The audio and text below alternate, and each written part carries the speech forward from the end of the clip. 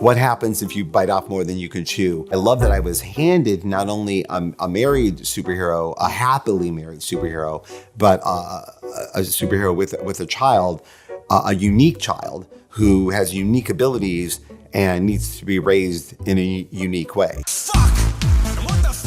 There's a lot of mystery that's set up in this story. The worst thing you can do in comics is a mystery. It recalibrates the storyline without changing anything that you saw before. This cliche had run its course, had done its job, and that for Superman to really relate to us, he would want to share more of himself. Like, everyone's worried about like a reboot or something. No reboot is necessary on any level. My handling of John Kent is the most controversial thing we do. There's characters you might like, but you don't necessarily want to write them. I knew going in what I felt about Lois, and I knew going in what I felt about John. And I had that in Marvel with quite a few characters, and I already see that happening with DC. Where's Lois and where's the kid? You're not going to mess with the Superman, Lois, John thing, are you?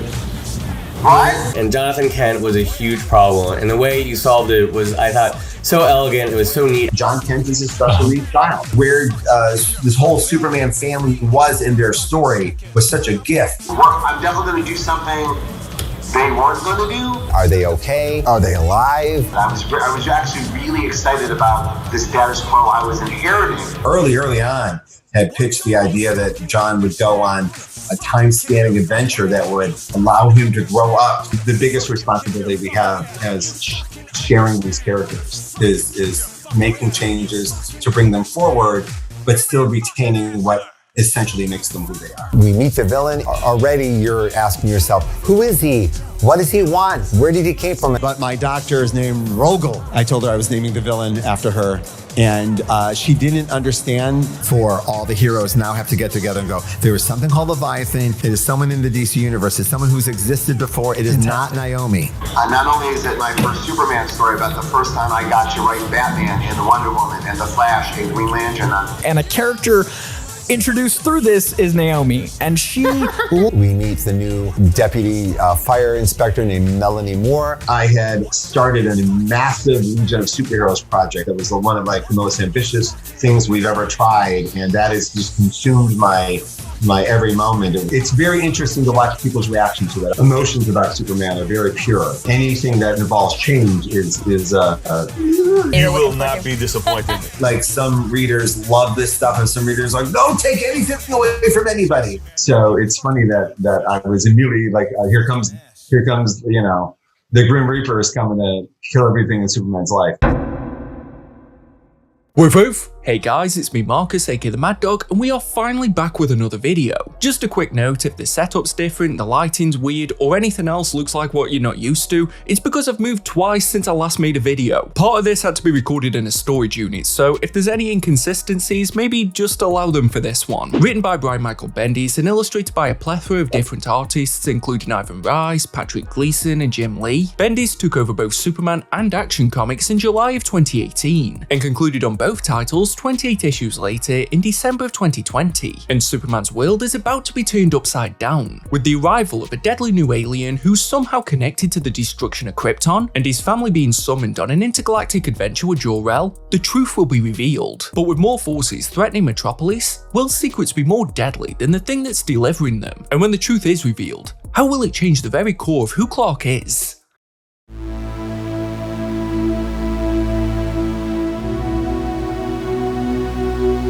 I don't know how to properly articulate just how big of a deal Bendis moving to DC was. Sure, his name wasn't as prestigious as it had been during the early 2000s, and recent runs like X-Men, Guardians, and Ironheart left fans with a feeling that maybe Brian's best days were behind him. But when this was announced, the energy was different. Good different. Great even. Maybe the problem over the years was just that he needed a change of scenery, because the architect of modern Marvel moving to DC, this was huge. There were adverts in so many series proudly boasting that Bendis is coming. News of his exclusivity deal felt like a guarantee that we could get excited for years of stories, and it was gonna launch in a landmark issue of Action Comics. But now, with the benefit of hindsight, this was the last time Bendis did make a splash. and I want to know why. We kick off with a story in Action Comics issue 1000 that then leads into Man of Steel, a 6-issue miniseries that would lay the groundwork before splintering off into a Superman and Action Comics ongoing series. I know they couldn't make it straightforward, could they? But channeling that inner John Byrne, harkening back to possibly the most important Superman story since Crisis?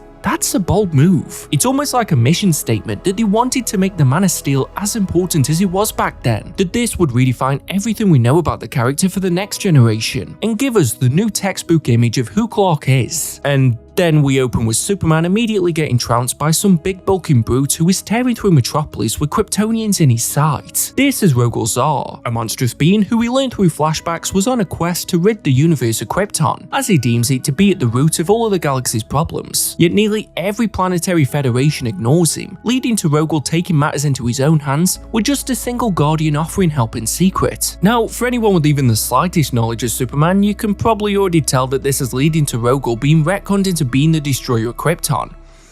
And I hate this. Firstly, they act like this should be some kind of surprise when it's finally revealed. Bro, you're showing us flashbacks of Zar talking to everyone in the universe about sorting out Krypton. Are you expecting me to assume that he'd just step aside or feel regret when it does finally get destroyed? And secondly, it makes Krypton a victim, rather than a planet that destroyed itself. Part of what makes Superman on Earth great is that Clark's history is embedded in this idea that his own people took their planet for granted to the point that it couldn't survive. So that's why he cares so much for Earth and protecting it, is he knows how fragile it could be. Now, because of this Rogol guy who just kind of exists, he's solely responsible for Krypton's destruction. Bendis has already sacrificed such a unique part of Superman's origin, all to launch his new villain, and it comes across cheap. It's just baffling because one of the biggest criticisms of Bendis during the 2010s is that he will throw continuity away to position his story exactly where he wants it to be, even if that isn't what's best for the character or the lore. Yet he's doing it here on a much larger scale and from the very first issue. This is done because Rogol is so important to the early part of this run that Bendis needed something to emphasize his importance, but the opening fight alone was enough to solidify him as a threat, which I was fine with as it was entertaining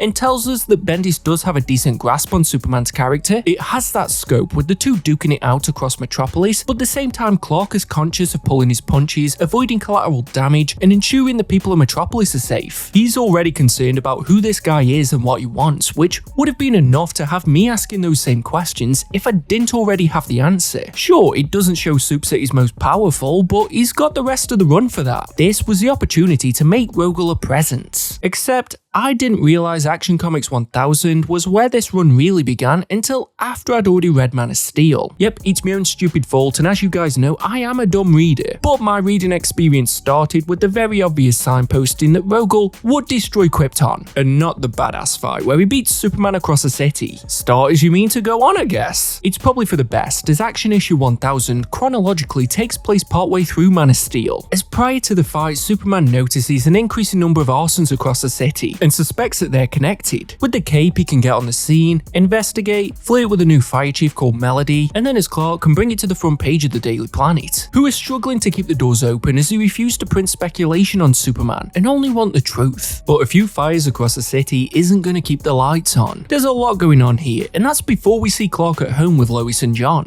who is having one of his growth spurts, but Clark thinks nothing of it because this is what kids are meant to do. Unfortunately though, that very night a blinding light pierces the kitchen, and then this mystery is dragged out for 3 issues. Now hear me out, because I know this will sound like the exact same criticism I had of Bendis' X-Men run, but why didn't this start at issue 3? It's so desperately trying to create a mystery around who targeted the Fortress of Solitude and destroyed the bottle city of Kandor, but anyone reading this could figure out it's Rogol. We even know why he did it before Clark even knows who did it. That would have also thrown us in at a point when Lois and John are already missing, rather than waste 3 issues with part scenes to tell us that they've gone on some intergalactic adventure with Jor-El. Now don't get me wrong, there was still a lot to enjoy in these early issues. We got a great fight with the Toyman in some kind of giant mech that threw in Green Lantern, and it's clear something is off with Supes. He's missing Justice League meetings, everyone is concerned about him, and it's because he's still unsure over what happened with Lois and John. This could have worked great as an opening, because Toyman is defeated with ease, and then the juxtaposition between that and the fight with Rogol would have been so much more severe if we hadn't already seen Rogol's attack and knew exactly why it happened. happened. All these bouncing voices are clearly taking the toll on Clark as well, as everyone at the planet knows Lois is gone, but Clark can't say anything about it. For once, he's the one under the microscope, as that story may be one of the only non-Superman articles that could sell papers. And considering Bendis' skill with office-based dramas like Powers, The Pulse, and how he handled the Daily Bugle during Ultimate Spider-Man, it's a shame that his storytelling at the planet was some of the flattest in this whole run. Not to jump too far ahead, but later on it delves into a bizarre corporate espionage plot that feels like the type of angle someone who has no experience in this environment would divert to. But somehow, it's also the prime example that everyone talks like a cliched Bendis character. Clark's narration and monologues feel excessive. Superman is a ridiculously intelligent character,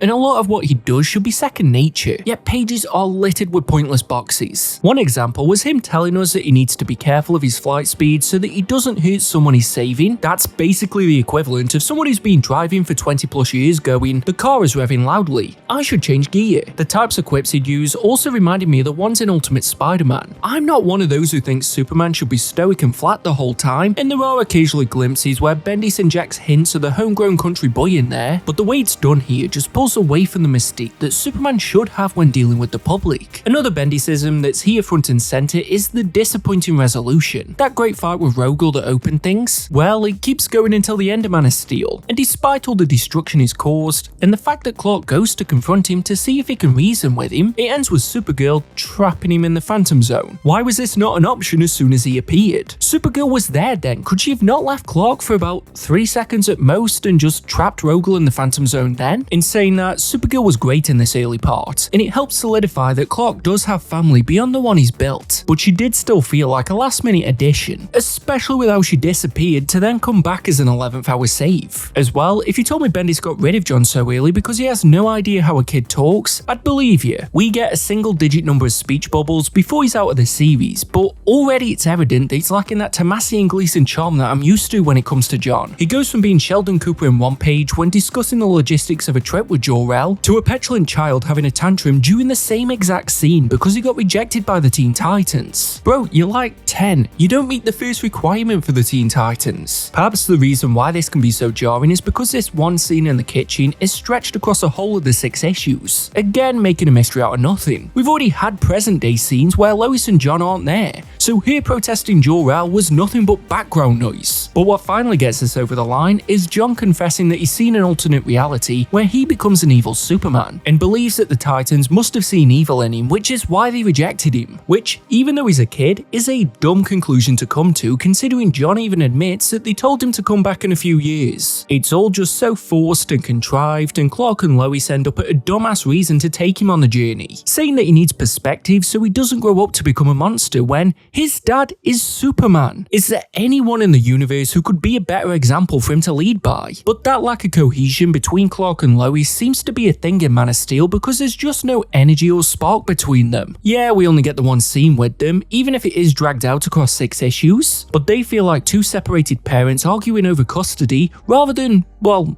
Clark and Lois. Probably the best moment we get at home is once they're gone, and it was such a poignant scene that honestly gave me hope for the entire run. After Jor-El is left with Lois and John, he walks about the empty house and just sits in John's room, holding one of his toys, as you can tell that the weight of his decision hits him all at once. It was just one page, but a clear sign that Bendis can still focus on the emotional baggage, and helped a bit because I wasn't a fan of his Superman's voice, so having that quiet moment helped clue us into this theme, and it worked far better than those opening pages that just seem to have the running theme of circles. Like, okay, there are a lot of circular things in the universe. What are you trying to say here? That history repeats itself? There's always a way to feel whole, or maybe that the earth is flat? Was this supposed to add anything to the story besides familiarity? Help us out here, symbolism takes a bit more legwork. However, although I didn't love Superman's voice, his Batman was pretty spot on. Again, he just makes a few brief appearances, but when he is there helping Clark investigate the fires, it just immediately feels right. In fact, the wider DC universe is integrated well here, and reminded me that was something I loved about Bendis' writing. He was the guy who could interweave multiple series or characters from different corners of the universe, and even integrate huge events while still juggling his own story. The reasons for bringing in different heroes made sense. Batman is the world's greatest detective, so Superman needs his input on the fires. Green Lantern would be following up on Rogol since he's an alien threat in this sector, but because the voice of his Superman was already overly quippy, characters who are usually like that, in this case the Flash, have to go so far into that role that it almost feels like a parody. He is genuinely stupid in his early appearances here, to the point where I had to check who it was behind the lightning bolt. One scene had him literally just responding with, "I'm a scientist," and my dumbass brain couldn't hear that in any voice other than Ralph Wiggum's. The art can also be a mixed bag as well. Sure, you open with Jim Lee, who I'm a huge fan of, and would recommend checking out my video on his top 5 most important works, but you've also got Ivan Rice and Jason Fabok, who were huge highlights of this opening arc, especially in giving us that sense of how destructive Rogol is. And this is probably just me, but when a series can draw in so many big names, it reminds me of when actors are determined to work with a certain director. It gives it a sense of gravitas, but what it gains in appeal, it loses in execution. Fabok does the flashback scenes at the Kent house, but then other artists will do the modern day stuff,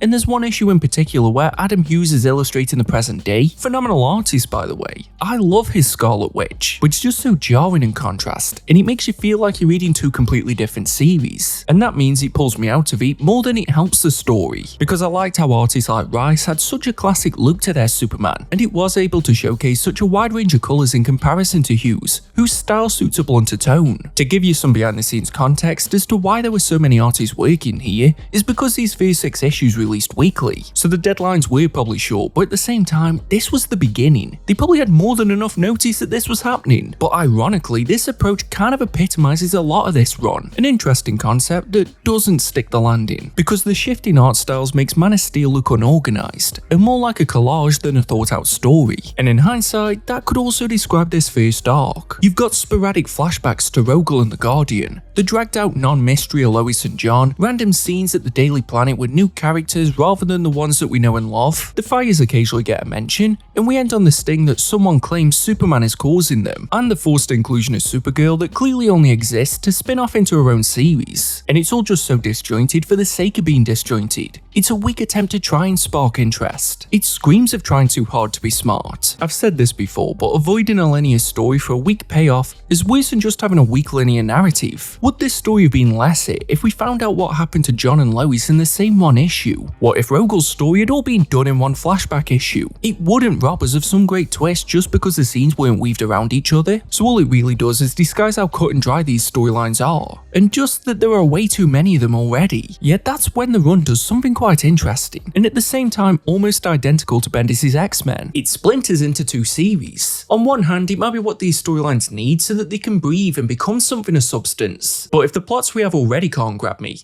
can he do enough to gain on such a deficit this early on?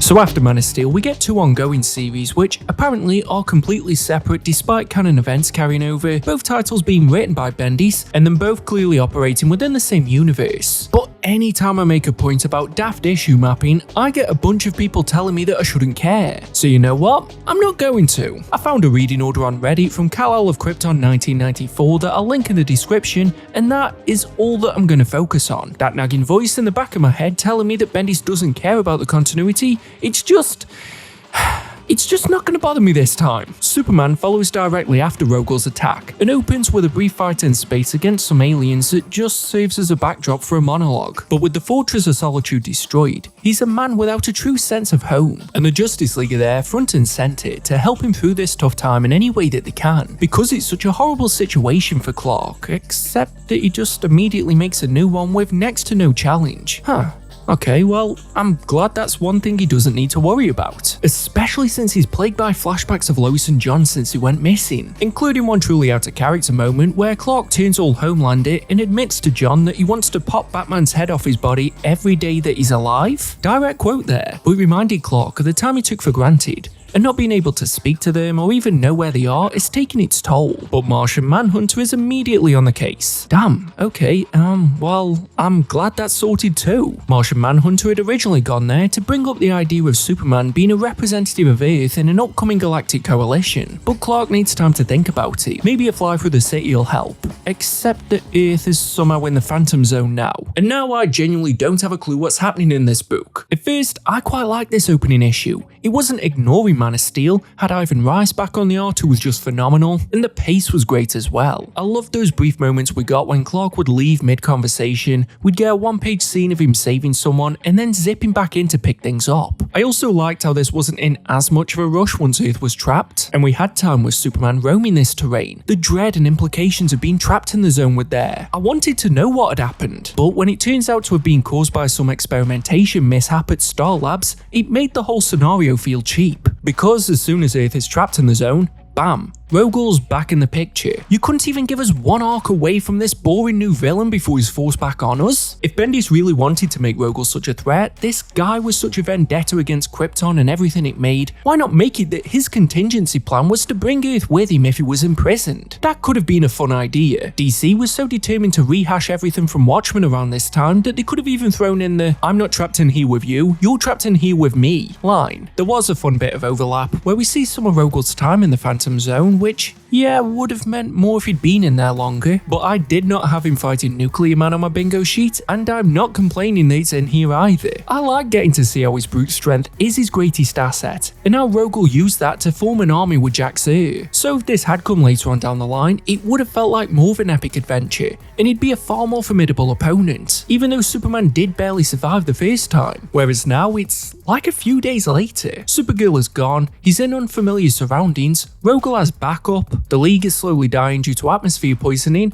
and I'm supposed to believe that Clark has more of a chance now. There's a reason rematches don't happen the day after the first fight. But this storyline did have one of my favourite pages of the run. Whilst everyone is looting, Supes flies down, tells them to stop, and everyone just does. It showed that even in small bursts, Bendis can still hit the nail on the head. But it did make me wonder, why does the poisoning of the atmosphere only seem to affect the heroes that could be of real use to Superman? Well, that's until the Atom and the Flash decide it's time the Earth can be saved. And yeah, I'm a dumb reader, so I went back and checked that this was the real sequence of events. The Atom shrinks the Earth, the Phantom Zone projector is used to take it out of the Phantom Zone, and the Flash runs really fast despite the poison, which means Earth is safe, albeit shrunken and not where it's supposed to be, which doesn't that mean we should freeze to death or burn to death if it isn't put back in the exact right position? And is it just me, or does it feel like far too easy of a cop-out that the Phantom Zone projector is a solution to the problem? Exactly like it was at the end of Man of Steel. How can the projector even get trapped in the zone that it projects? If that's the case, could they not just make a second Phantom Zone? Like, go all Inception on it, who's stopping you? But for as contrived as this opening arc is, it's clearly so that Clark is forced to work with Zod in an enemy of my enemy type way. And I was a huge fan of how Bendis used Zod in this run, and that may be because he's one of the only established Superman villains that actually gets any attention in this. I don't know where exactly his character had been before this, but opening on his vision of a united Krypton was an interesting yet quick way of signposting why Zod is so eager to help once he knows the Earth is missing. He was the most assertive character in this, and it ramped up my excitement to see him confront both Clark and Rogol. Interestingly, the exploration of Clark's rage was handled well here, even if it was still quite monologue heavy, but it ties back into how important his Kryptonian heritage is. And although I think Rogol is forced on us far too much, it's good to have a villain who was going after Clark solely because of that part of his history, and the fact he had all of that building up within him, but still was determined to make Rogol talk himself into a trap, was a great showcase of what makes Superman special. When that plan extended further to have Zod's anger directed at Rogol, I kind of forgot that I was annoyed at those points I mentioned a few minutes ago. Ivan Rice was on fire in this fight too. Everything was a double page spread, space felt vast, giving the battle a phenomenal sense of scale, and it's just a huge shame that this ends way too soon. And no, I don't mean that like it was a short fight, I mean it literally abruptly ends partway through. And yeah, I know it's setting it up so it can be revisited later with the whole Zod vs Rogol thing, but it felt as if Bendis didn't have a proper conclusion for this, so avoided doing one altogether, and that is a bad problem to have so early on. Again, the explanation to this outcome is weak. Adam Strange, who spent about 50% of his dialogue here reminding you that his last name is Strange, pinpoints the shrunken Earth, calls upon the Atom, who still happens to be next to the Phantom Zone projector, and considering that they were so inept with it just a few issues ago that they accidentally put Earth into the Phantom Zone and had to shrink it to get it out, they're now able to pinpoint Superman mid-flight, with Rogel and Zod around him and pull him back into Earth's atmosphere without a single tailgater. It's just all so neatly wrapped up. And when we get to the final page of this arc, it makes sense why this was done, and at the same time, it confirms one of my suspicions from part 1, because as Clark flies through the sky, in disbelief that Earth has been restored, a feeling that I can very much get behind, he's startled by a familiar scent, heartbeat, and turns to see John there. Just 3 weeks after he'd left, but now clearly in his teens. Which leads to one huge question. What was the point in putting Bendis on Superman if all he was going to do was get rid of what people loved from Tomasi and Gleason's run? You know what, maybe I'm getting ahead of myself, and Bendis knew that this was a necessary evil, and there was a bigger plan that I just can't see yet. Foreshadowing is a narrative device. But it does highlight the fact that there's already so many great Superman stories if you did want to read any of them, and if you wanted to support the channel at the same time, I'd recommend picking them up from either Comics Bugle or Panelbound Comics. Now, I don't promote any kind of sponsorship unless I've used them personally, and Comics Bugle have been a huge support to the channel over the last couple of years. They have the best pre-order prices in the EU, get books earlier than any other website, and if you are in the EU, then you're eligible for free shipping. And if you haven't used them before, you can use code WOOFWOOF for €5 off your first order. Also, Comics Bugle have been generous enough to sponsor a giveaway that we're going to be doing over on my Instagram in the 2 weeks following the release of this video. So look out for more details on that over on my Instagram. And Panelbound Comics is the recently rebranded organic price books, and you still get the same exceptional level of service, great prices, and super fast shipping. So if you did want to pick up a Superman book, you could go with something like Absolute Superman for All Seasons by Jeff Loeb and Tim Sale, Action Comics by Dan Jurgens, Superman by Philip Kennedy Johnson, and as I recently mentioned, Superman by Peter J. Tomasi and Patrick Gleason. And if you did want to pick up any of them from Panelbound Comics, then use code WOOFWOOF for $2 off any item, or if you're ordering 4 or more items and you want them to be shipped together, then use code WOOFWOOF ship it together for 5% off your entire order. There's also some great Superman books available for pre-order at the minute, including New Krypton, which is a must buy if you're me. So I appreciate all the support to the channel if you do use any of those codes, and these are some of the books that I'd recommend. In case you couldn't tell, none of the Bendis books were on that list. Action Comics picks up on the Quiet Week plot thread of the fires across Metropolis, and opens with Clark learning of the kid who came forward and said he was Superman. He and Fire Chief Moore track the kid down, and learn that a bald man paid him to give the fake confession. But the curtain is then pulled back for us before we can assume it's Lex Luthor, as it's all being orchestrated by a group called the Invisible Mafia. And you know what, if you're gonna have a new threat be behind it, I'm glad we're told straight away. They use the fires as a distraction to know where Superman is whilst they want to commit other crimes, which seems to completely ignore just how quick Superman is, but still, that's the plan, that's what they're going with. Unfortunately though, this plan wasn't approved by everyone in the Mafia, as they know eventually it could be traced back to him. So the leader, Mr. Strong, introduces the Red Cloud, a smoke-like being capable of killing people by filling the lungs with red mist. However, the message is heard. The Invisible Mafia must get in line if they want to take down Superman and Metropolis. The story then hard pivots to follow Robinson Goode, a new reporter at the Daily Planet who takes up far too much of the focus. She's nosy, rude, and rubbing up a lot of people the wrong way, but far worse than that, there is no redeeming quality to her. At first, I thought maybe she'd be the Lois for the planet whilst Lois is off planet, but hold that thought for just a minute.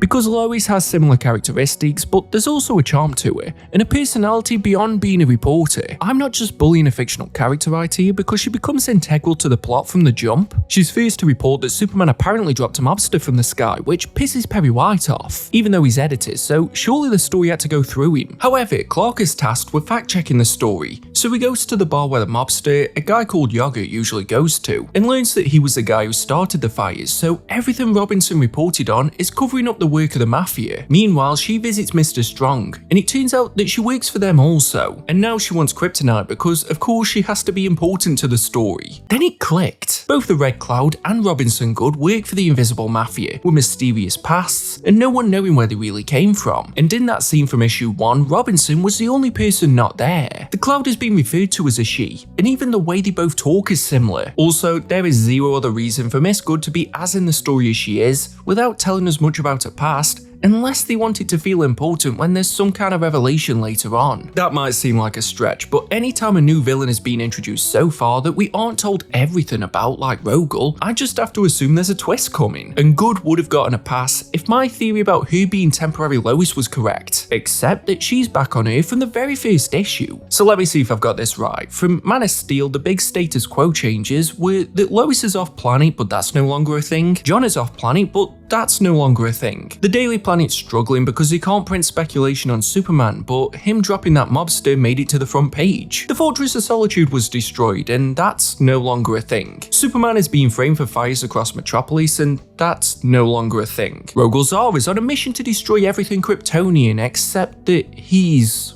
also no longer a thing. Kinda makes you wonder what was even the point in having that series. The most baffling part about Lois's return is how little fanfare it has. She left the planet with John and just quietly comes back to Earth, and Clark is so quick to just brush everything under the rug. I get he's happy to see her again, and in the next scene we see how really happy he was about that. Shortly after, it's revealed that Lex Luthor turned up at her room, which the Daily Planet finds out about before Clark does. And despite the fact Lois and Clark spent the previous night together and she doesn't mention it at all, he is really okay with her not telling him that his literal archenemy came knocking at her door. I get that he has trust in it, great, that's nice, I'm happy for him. But it deliberately feels like he's not asking more questions because Bendis doesn't want later plot points to be revealed. This is Lois and Clark, yet their whole relationship feels like it's back in the early days before she knew about his double life. The reason she didn't get in touch with her husband to literally let him know that his son is okay was because she wanted to write a book. I get it, she's a reporter, but at the same time,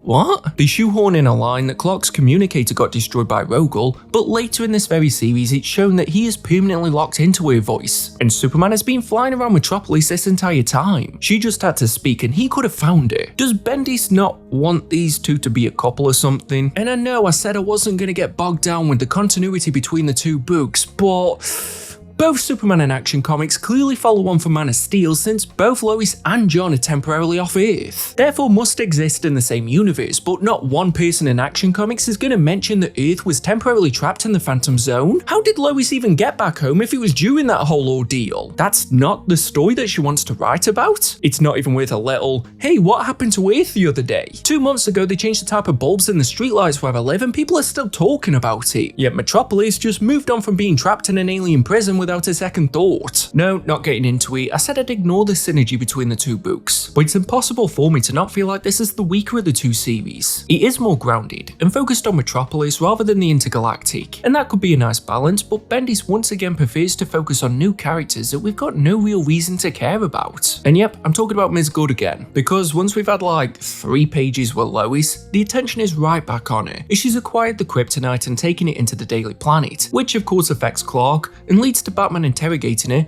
and we get a full dose of his self-righteous attitude. She claims she has it because he can prevent a weapon of mass destruction, but the only person bad-mouthing him is her in her article. There's a brief moment of hope when Batman threatens to dangle her from a rooftop, and because I'm all about equality, I just wish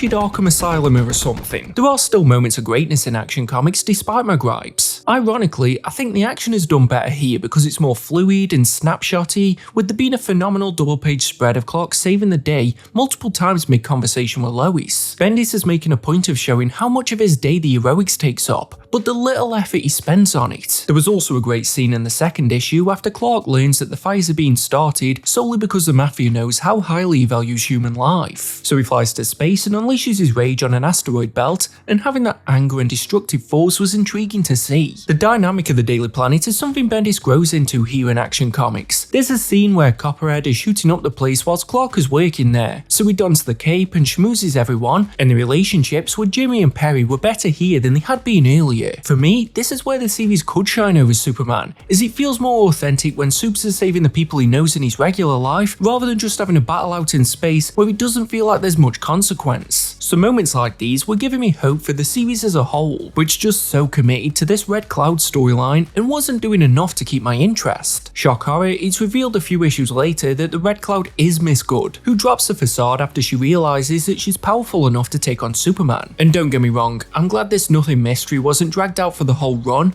But am I supposed to be surprised that the mysterious new reporter who's been shoved into the limelight is actually the mysterious new villain who's been shoved into the limelight? I didn't care enough about either character to care that they're one and the same. And this may sound like all I want is fan service, but I was far more engaged when the question and the dial H phone were brought in, but these never lasted for more than a scene or two. And when it isn't focusing on established characters or recognisable iconography, the series is falling flat. The only exception to that for me is the Fire Chief, because she's been cropping up, trying to investigate the fires and giving it more of a detective vibe. Between that and the way Bendis gives us a good Batman during his scenes makes me think that maybe he was the character he wanted to write instead. More reveals to Clark that the mayor was the one who told the fire department to stop investigating the fires. He basically threatened a job to get her off the trail, but Clark goes to the mayor directly, provokes him, and then uses his hearing to eavesdrop. And again, this is one of those things that could be a major strength of this series over Superman. Have that as the big bombastic space adventures, with Action Comics focusing more on the advantages that come from Clark Kent. There were a lot of great jabs made about the supposed Luthor affair that people are more comfortable throwing at Clark because of the way he presents himself. He can rile someone up more than Superman can, and there are scenarios where it's easier for a reporter to get information than it is a superhero, and highlighting that made me realise that having two series may not be a bad idea. But instead of resting on what works, the closing scene of this opening arc of Action Comics filled me with dread, as once again we catch up with no one's favourite character,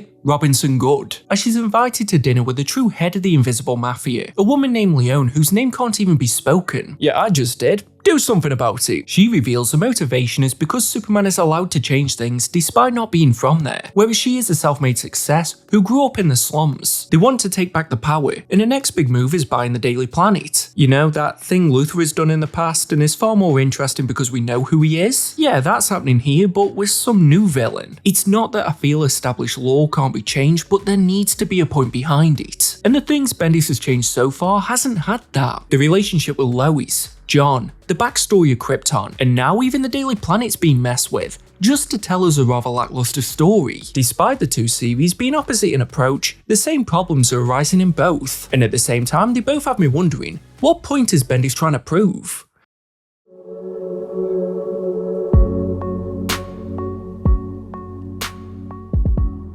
So there was one more thing that I didn't mention about Action Comics in the last part, and it was a tease at the very end that something would rise, Leviathan. And for better or worse, this is a word that will dominate Bendis' entire time at DC Comics. But at least here in Action, it gives the series a much needed change of direction away from the Red Cloud mystery. It starts with Jimmy Olsen in Seattle investigating the Cobra Cult, a gang of snake god worshippers that I wish we could have seen more of. But within minutes of being there, the building and everyone in it implodes. The next day, the same thing happens at the building Amanda Waller happens to be falling from, leading Clark, Lois and Jimmy down a mystery that's systematically targeting all of the secret organizations within the DC universe. This immediately grabbed me, and I was happy to follow Jimmy because there's already that history with him, and it made the spy espionage vibe not feel as jarring. The mystery of it all was built better as well because Bendis gives us components that we know about whilst mixing in what he wants to introduce. Instead of using some new secretive head of an organization, it's Waller, and throwing in the DEO, Argus, and other shady departments gives that reassurance that this will feel integrated within the DC universe. But I don't know about anybody else, I never realised just how many anagrammed organisations there are over at DC until this storyline. Like, I knew there were a few, but still, damn. A large part of this mystery is wondering who will be targeted next, and that's only possible because of the quantity. What was also fun was how integral Lois was to this arc, especially because her father's dragged into the mess as well. Bendis has written some of my favourite female characters in all the comics, with Jessica Jones, Spider-Woman, and his depiction of Kitty Pryde. So a large part of my disappointment about her leaving the title of Man of Steel was because there was potential there, and we got to see a glimpse of it here. When they first meet at the observatory, it's one of those examples where what's not being said is more important than what is. And Bendis isn't afraid of ditching his usual conversation technique, and shows that silence can sometimes be louder. The reason they meet is because A, Sam Lane is going to be important to this whole Leviathan story, and B, because Lois feels the need to tell her father, who works for one of these shady organizations that can't be trusted,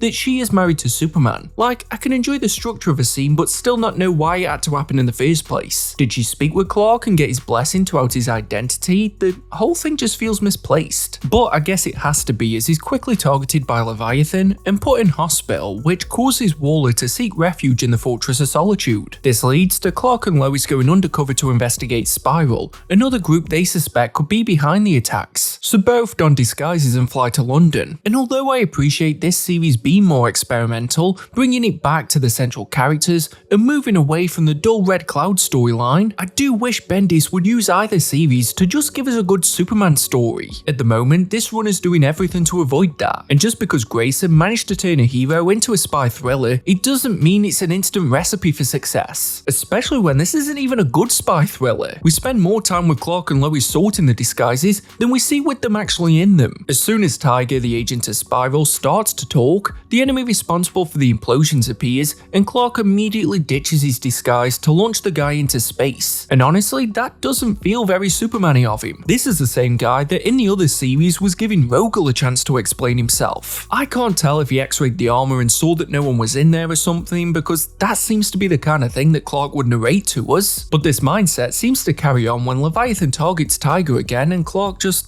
flies off with Lois. So let me get this straight, he didn't save Tiger and didn't get any intel whilst being undercover, so what was the point in this story? I was hoping the point of this was that it was some kind of trust exercise with Waller, because the grey area of her personality is the main driving force of this whole Leviathan thing so far. Just knowing that she's in the fortress whilst Lois and Clark are away triggers unease. You can't trust her as a person, but they have to trust what she's telling them, as it's the only concrete information that they have. Without her in this, I don't think there'd be enough tension, because this threat from Leviathan doesn't give that ticking time bomb feeling. Whoever they are, they just appear, attack a random organization, and then disappear or get thrown into space. There's no sense of an endgame for whatever they are, nor any idea how soon they plan to enact it. Obviously, this is all build up for what's coming, Event Leviathan, but as a prelude to that, it left me more confused than intrigued, and I'm best waiting until the main event to go into it more. So John's back, and the Superman series expands on what happened during the 3 weeks since he's been gone that somehow aged him nearly 7 years. Clark goes through numerous scenarios before believing that this is real, and even brings him to Lois just to confirm that he is really their son. Although I can't blame the suspicion, because despite appearing as a young adult,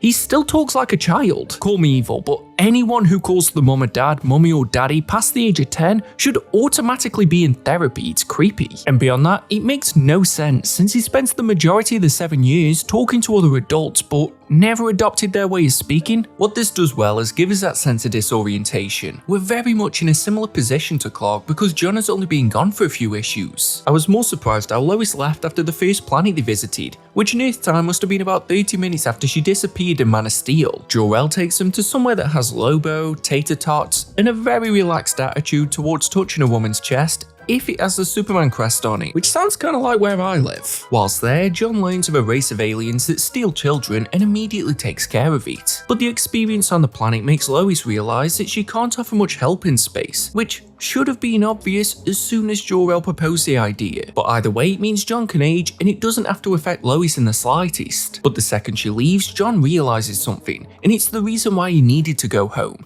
Because Jor-El is going mad. And you know what? This idea alone is more interesting than everything that's happened so far with Leviathan. He gives long rambling monologues about his conflict with understanding his own existence, the futility of a universe that always leads to chaos. And I loved how quickly his tone changed once it's just he and John. It's pretty immediate that John's aged up once Lois leaves, so this timeline confuses me. And I do find it ironic how recent runs that I've read that have a bad reputation all have a poorly thought out time jump. Zeb Wells did it to explain how MJ was gone for years, and it's exactly the same here. And this is the main reason why I had that theory in part 1 that Bendis just didn't know how to write kids. Because John now being a teenager plays into his wheelhouse. His Ultimate Spider-Man's the prime example, but you've also got his X-Men, which was a run that relied heavily on time travel so that he could write teenage characters. Crazy how he just decided to do the exact same thing here. I remember when this John aging thing was announced that the backlash was immediate, and honestly, justified. In the grand scheme of things, we haven't had much time with Clark being a father to a young child, and from the first arc of Bendis' time on the character,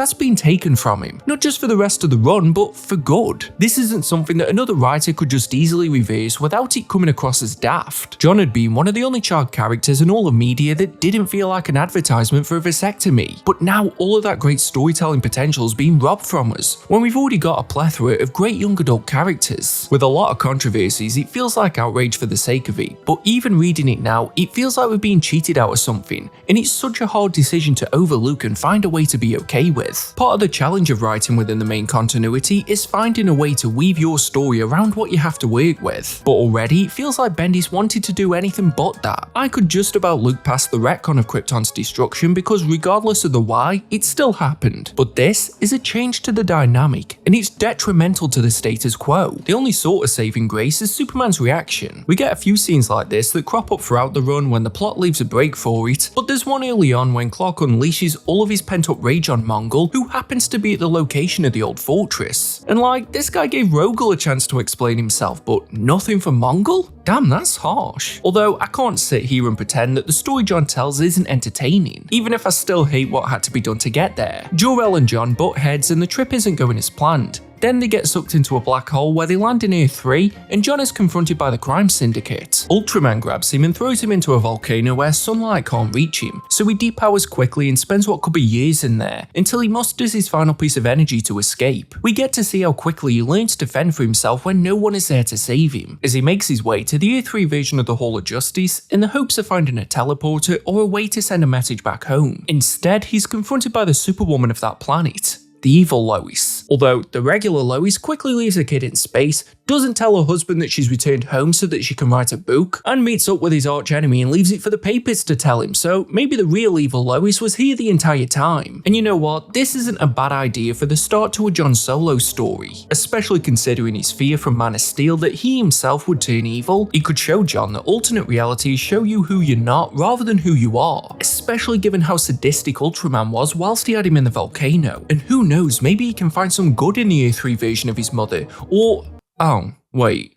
Jor-El swoops in and saves him before anything exciting can happen. And just like most of this book so far, it's rushed out so that Rogol's arc can be jammed into this story. Again. Jor-El sends John home just as Rogol's attack breaches the hull of the ship, which is where we saw him at the end of part 1. And considering the last time Rogol was confronted by Clark was in the very same issue that John returned home, I chronologically don't get how this can happen. And as much as I dislike the overuse of the tell the end of the story at the beginning to grab interest trope, John really should have told Clark about Rogol's attack the second that they met up. How are you adding in details about Tater Tot, Lobo, and Denver of Earth 3 rather than just saying some crazy alien brute is probably killing your dad right now? As soon as Clark realizes it's Rogol, he and John go into the depths of space to find him. Lois says she needs to stay on Earth because she was no use last time and has to investigate this Leviathan thing. Which, if they're mentioning Leviathan here, that must mean that these issues take place between Action Comics issue. Wait, no, I said I wasn't gonna get bogged down with the continuity. You're not gonna get me that easily. And you know what? The space battle against Rogol's army was fun and had a great sense of scale and destruction. It did feel like a far tamer version of the Viltrumite War, but at least it wasn't as flat as Gang War. The vastness of space is one area where Rice really shines, and I love how you can see battles within the battle going on in the background. It's just a shame that as soon as I knew it was Rogol again,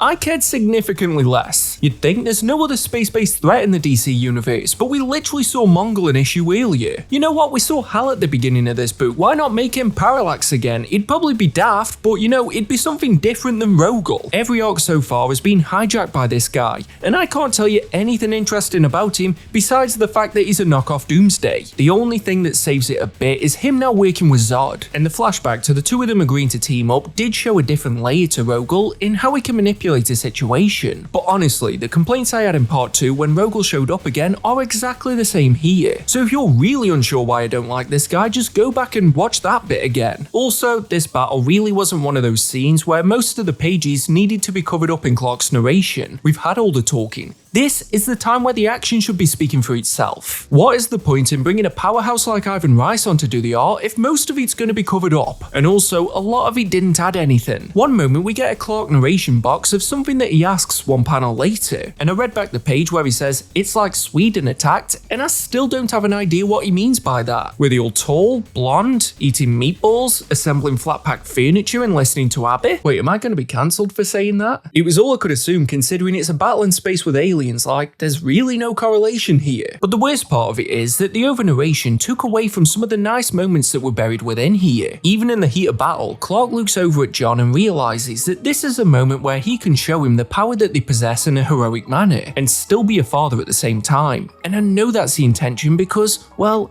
he told us he was doing that before doing it, despite the art having a clean flow so that we could piece it together. In fact, the over-narration and excess dialogue is so severe that pretty much everyone has to have conversations in super speed because Bendis refuses to trim it down. And the only time this worked for me is when Zod uses it on Clark to tell him his conspiracy about Krypton's destruction. Much like in the Phantom Zone story, Zod stole the limelight. I love this idea that he's this triple agent and no one fully knows if they can trust him, but he's just so useful, even if he's just pretending to be on your side. He manipulated Rogel because it was the only way out of the Phantom Zone, and the reveal of this comes quite quickly. Had they given us a few arcs away from Rogel, this twist could have had more punch, but there was no way Zod would turn in such a short space of time, and there's been flash forwards showing how he and the House of L are united, so where was the suspense? That was the only time in this battle where I was okay with all the jostling that went on. That's the best way I can describe it. The stuff going on behind the main action was quite dynamic, but the bulk of the focus was put on one character just tackling another through space, or them just pushing against each other's hands, and it's a good job that the scale managed to carry the excitement. Anyway, Rogel appears to be getting the upper hand, but much like in Man of Steel, Supergirl shows up at the 11th hour and saves the day. Krypto's also there, Zod reveals his true agenda and steps out of the way, leaving an opening for the L family to use their heat vision to,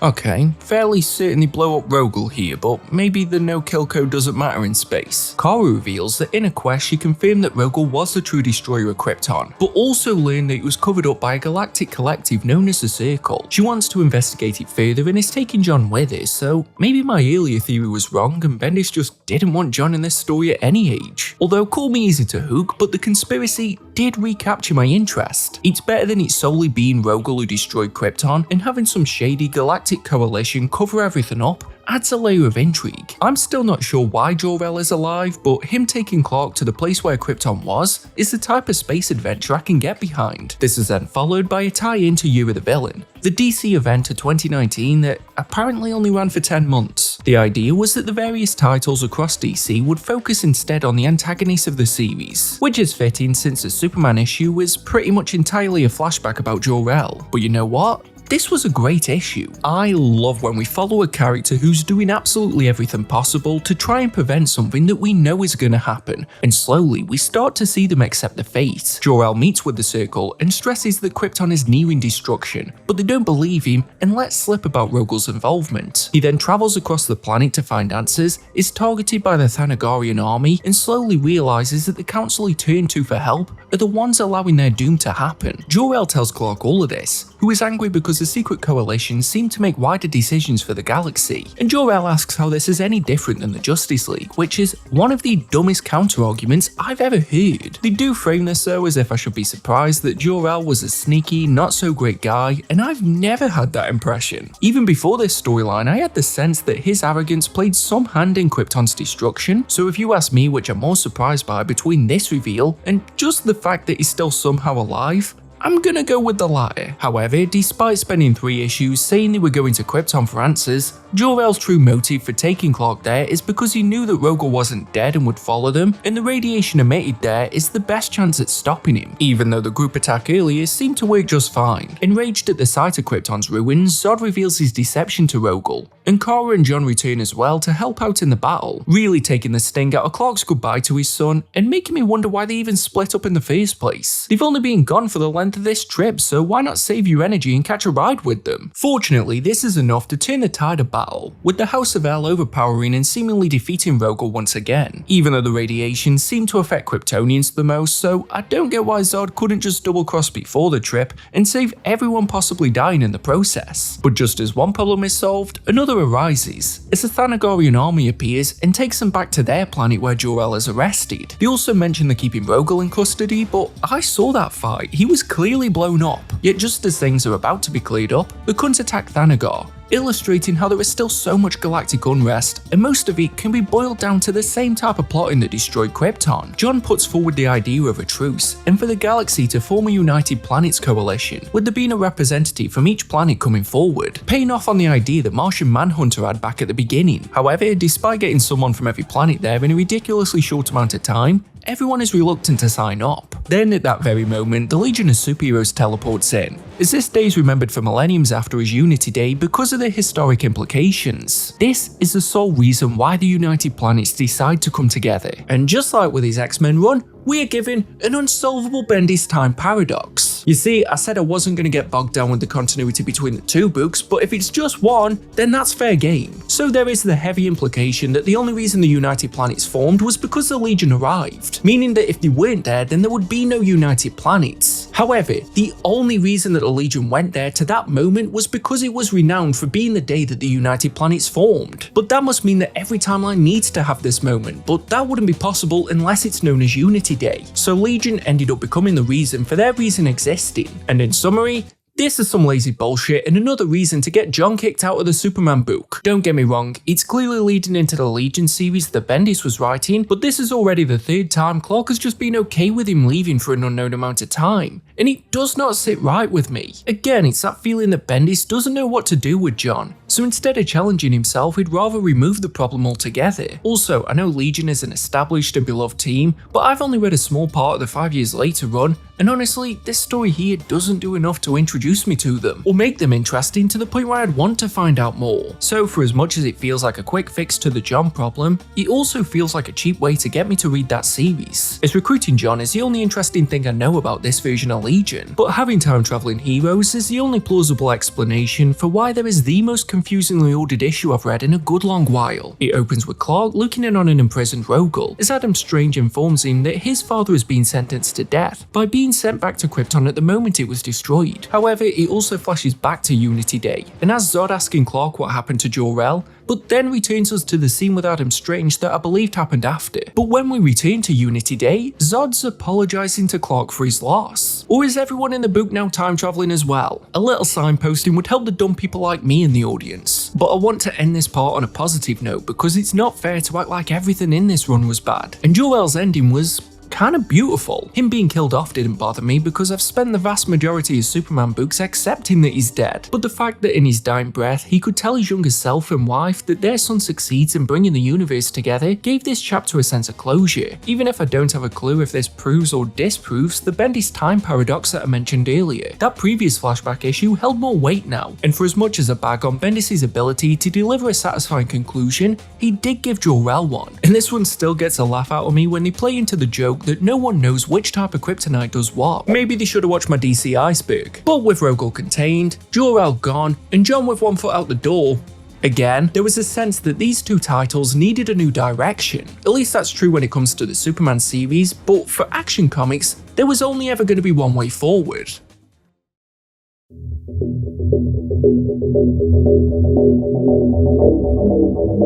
This may just be me, but it feels way too early for this run to be having an event. I know that doesn't make much sense considering how many issues there's already been, and the fact that Bendis is a connoisseur of the post-event new title launch. Just look at his new Avengers run that started after like 15 events that he wrote or something. But it doesn't feel like the right time in his Superman run because I still have no idea who Bendis wants his Superman to be. I can't see him wanting to shape a multi-series epic, something like New Krypton, because of how different his two titles are. Nor could I see him wanting to craft something centered around Clark because of how little of the focus he's had, and elements like Rogel and Jor-El are now in the past. So, seeing that the reading order had event— wait, why is there an issue with Super Sons in the reading order? You know what, Leviathan gets mentioned 2 or 3 times, so I guess it counts. As we start with Damian taking on a few agents in pursuit of the shady organisation, before the aged up John checks in on his old teammate. For as much as I've complained about the lack of focus on established characters, I feel Bendis handled their dynamic better than he has most of the others in this run. It was fun seeing Damian have a mini identity crisis because he's no longer the seasoned one of the two, and that did take away a bit from his attitude, but it made sense. The banter between them reminded me of when Tomasi and Gleason handled the duo, which made me wonder why Bendis seemed so reluctant to have John in the series if he proved that there was potential there. Ironically, that seems to be the point of the issue, since John is still debating on whether or not to join the Legion. For me though, it felt like a moot debate because if they can time travel, why can't they just bring John back to the exact point in time that they took him from once his time in the team is done? I'm sure that'd solve like 99% of this problem, especially since the "they are from the future" excuse seems to already be a go-to to ignore valid questions. It came in very handy when explaining how Saturn Girl can teleport directly into the Fortress of Solitude, and if it can overcome that, why not just ask her who's behind Leviathan and save everyone the hassle? But after a heart-to-heart with his father,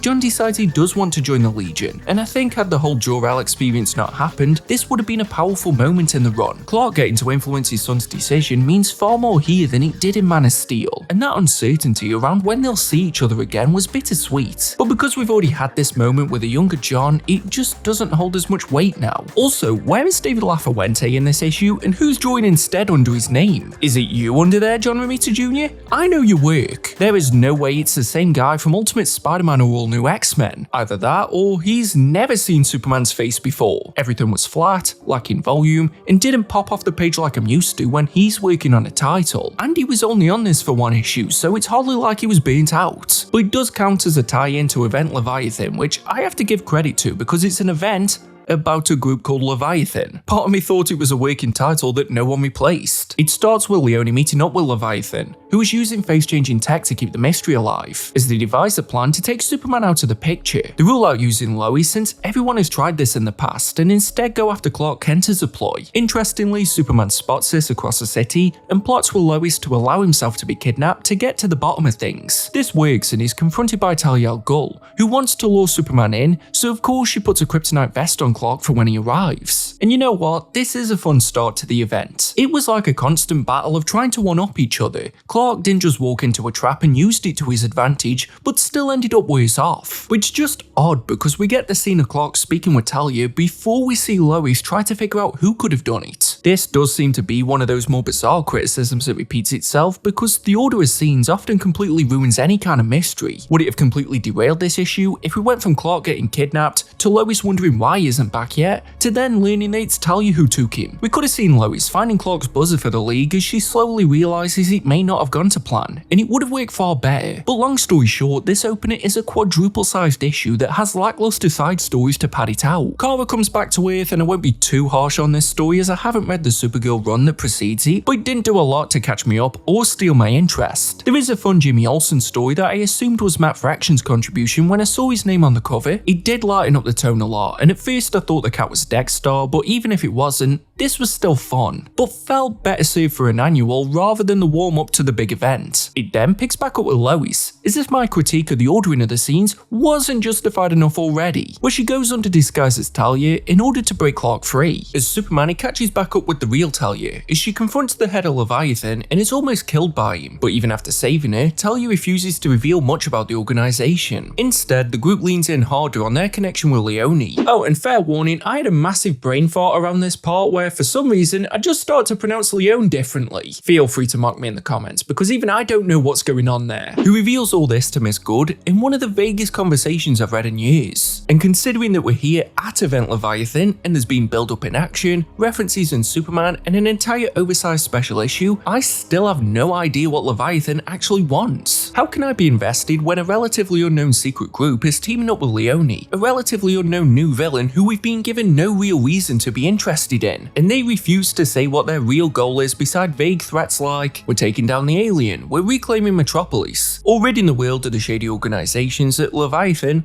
now seems to be the worst of. Beyond that, we haven't been given a lot to define Leviathan as this kind of abhorrent force. Sure, they've killed a few people when they go after these groups, but they're doing it through implosions, so there's even less collateral damage. This whole build-up has been so vague that I don't even know why there's such a drive to stop Leviathan immediately. They are exclusively targeting the shady organizations of the DC universe. Is that not a somewhat noble goal? Is the Superman series not currently exploring an idea about how a shady organization led to Krypton's John's destruction and shouldn't have been allowed to exist? Just like what we've seen all the way back in Man of Steel, the mystery only exists here because Bendis refuses to tell us who is behind Leviathan's mask and why they want to do this. Like seriously, what is there to get me excited to read Event Leviathan? Oh. Wait, Alex Maleev's on the art. Yep, that's enough for me. Somehow, in just the first issue, it's clear what the tone of this wants to be. It's seedy, gritty, drenched in shadow, and it's the perfect look for the type of story that Event Leviathan is going for. It starts with Batman snooping around the former Argus building, another target of Leviathan, when he meets Lois. She mentions Clark is off planet for what could either be the fire of Rogol or something to do with Unity Day assembling, but nope, still not gonna get bogged down in the continuity. The only reason I mention this is because the event has been set up off the back of Superman, but the threat is apparently so low that it doesn't require his full attention, and honestly, I can see why. The entirety of the first 2 issues is just Batman talking with someone about what has just happened. First, it's Steve Trevor, as he recaps how the Argus building was taken out. Shock horror, Leviathan attacked it, just in case you couldn't guess. And the second is with Red Hood, as Batman tells of his plan to assemble the world's best detectives to hunt down Leviathan, including the Question, Plastic Man, Green Arrow and Manhunter. But I do give this one a pass because Batman was using the narration to see what information he can get out of Jason, as they believe he's the prime suspect for being Leviathan. And I do like when a story can make me respect a technique I was getting tired of, and know when to flip it on his head. And it came at the right point because we're third into this event and the pace was dragging, so this was a solid cliffhanger. But is it even an event if there's no tie-ins? Action Comics was the main road to this whole thing, so surely there's some value in reading that series alongside it. And Bendis has exactly what you want. Who really cares about a badass Batman-led team of detectives going after Red Hood in pursuit of a shady organization? Why would anyone choose that over more time with Robinson Good? With Superman off planet for the Unity saga and Leviathan running amok, the Invisible Mafia can distribute a new drug on the streets with less eyes on them than ever before. But the pressure is mounting up for Robinson, as her red mist powers are getting harder to control. However, she gets a call from someone called Rose as she wants to talk to a reporter, and Rose is pretty much a checklist of the strong female character traits that Bendis used to get praise for. If Scarlet and Jessica Jones had a kid, it would be Rose. She is a brand new character who has a second personality called Dawn that emerges when she's in danger and is currently targeting the gang selling this new drug. Robinson immediately relays this to Leone, as it's a direct attack against the Invisible Mafia. And how unlucky is that? Of all the reporters at the Daily Planet, Rose contacted the one who was also working with the enemy. But don't worry.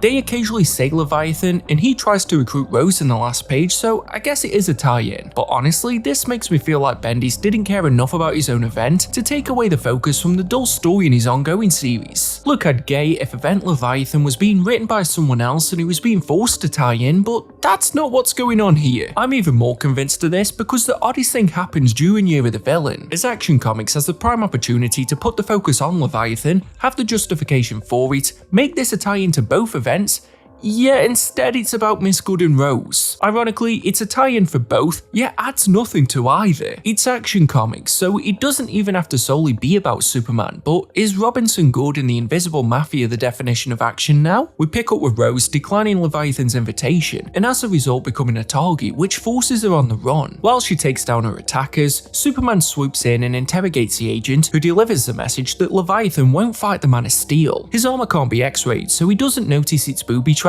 and teleports Superman all the way over to India. This reveals that Leviathan hasn't been destroying the secret organizations and just moving them, but this still doesn't build an image of what they want to accomplish, and, you know, kinda makes them even less villainous if they aren't wiping them out. There's also this seed growing that likes us sending drones out to the members of the Invisible Mafia like Leone and Robinson, and I'm assuming that is what connects this to Year of the Villain, but in my defense, I checked the official DC Universe Infinite reading order to see where this slots in, but only the Superman title was featured, so I refused to read an entirely separate event to understand where, if, or even how this connects to Year of the Villain. I'm already reading the Bendis-led event Leviathan to make sense of everything, and I feel like I'm being punished for it. Speaking of which, we pick back up with Batman's team at the Fortress of Solitude, which they are using as a base. And despite this being a team of the world's greatest detectives, none of them have an issue with going to the place that Amanda Waller had recently been held in and escaped from, and there's not been one mention of a scan to check for any listening devices that she may have left behind. But wait, weren't these guys about to pounce on Red Hood last time we saw them? That's true, but Bendis is resorting to the tired old method of skipping ahead and having someone recount what happened, and I'm annoyed because the fight against Jason was handled well, but all the tension's gone when I already know that the team's gonna make it out okay. However, we learn that Jason's being used as a scapegoat as he tells all to Lois Lane in a conversation that was equal parts tense and informative. He implores her to refocus her efforts on Amanda Waller, as she was one of the original targets. And whilst debriefing, Lois reveals that Waller was recently at the fortress, and the team immediately finds a listening device. Like it wasn't even hidden that well. They destroy it, which leads to Amanda going outside of her hiding place to a desert road in the middle of nowhere. Poking her head out quickly gets Leviathan's attention, with Amanda claiming that she knows who they really are. But we're only halfway through the event, so she can't just say it. Just as they are about to attack, Superman swoops down, which is supposed to be this big moment, but honestly felt shoehorned in because Bendis remembered that he couldn't just do the detective story he wanted and was still writing both Superman titles. You might think that's me being overly harsh. Clark's been after Leviathan from the beginning. He was the one who let Waller into the fortress. This is the big confrontation. Everything before this was just build up to the Man of Steel making his big arrival. How can I possibly say that Bendis didn't want to have Superman in this? Well, because their entire confrontation is just more talking. He's then easily beaten, and in isolation, I like this idea. I could sit here and be like, damn, Leviathan truly is something that can't be taken out by Superman. But unfortunately, this is yet another instance of Superman immediately being no match for the enemy, and he's getting a bit old now,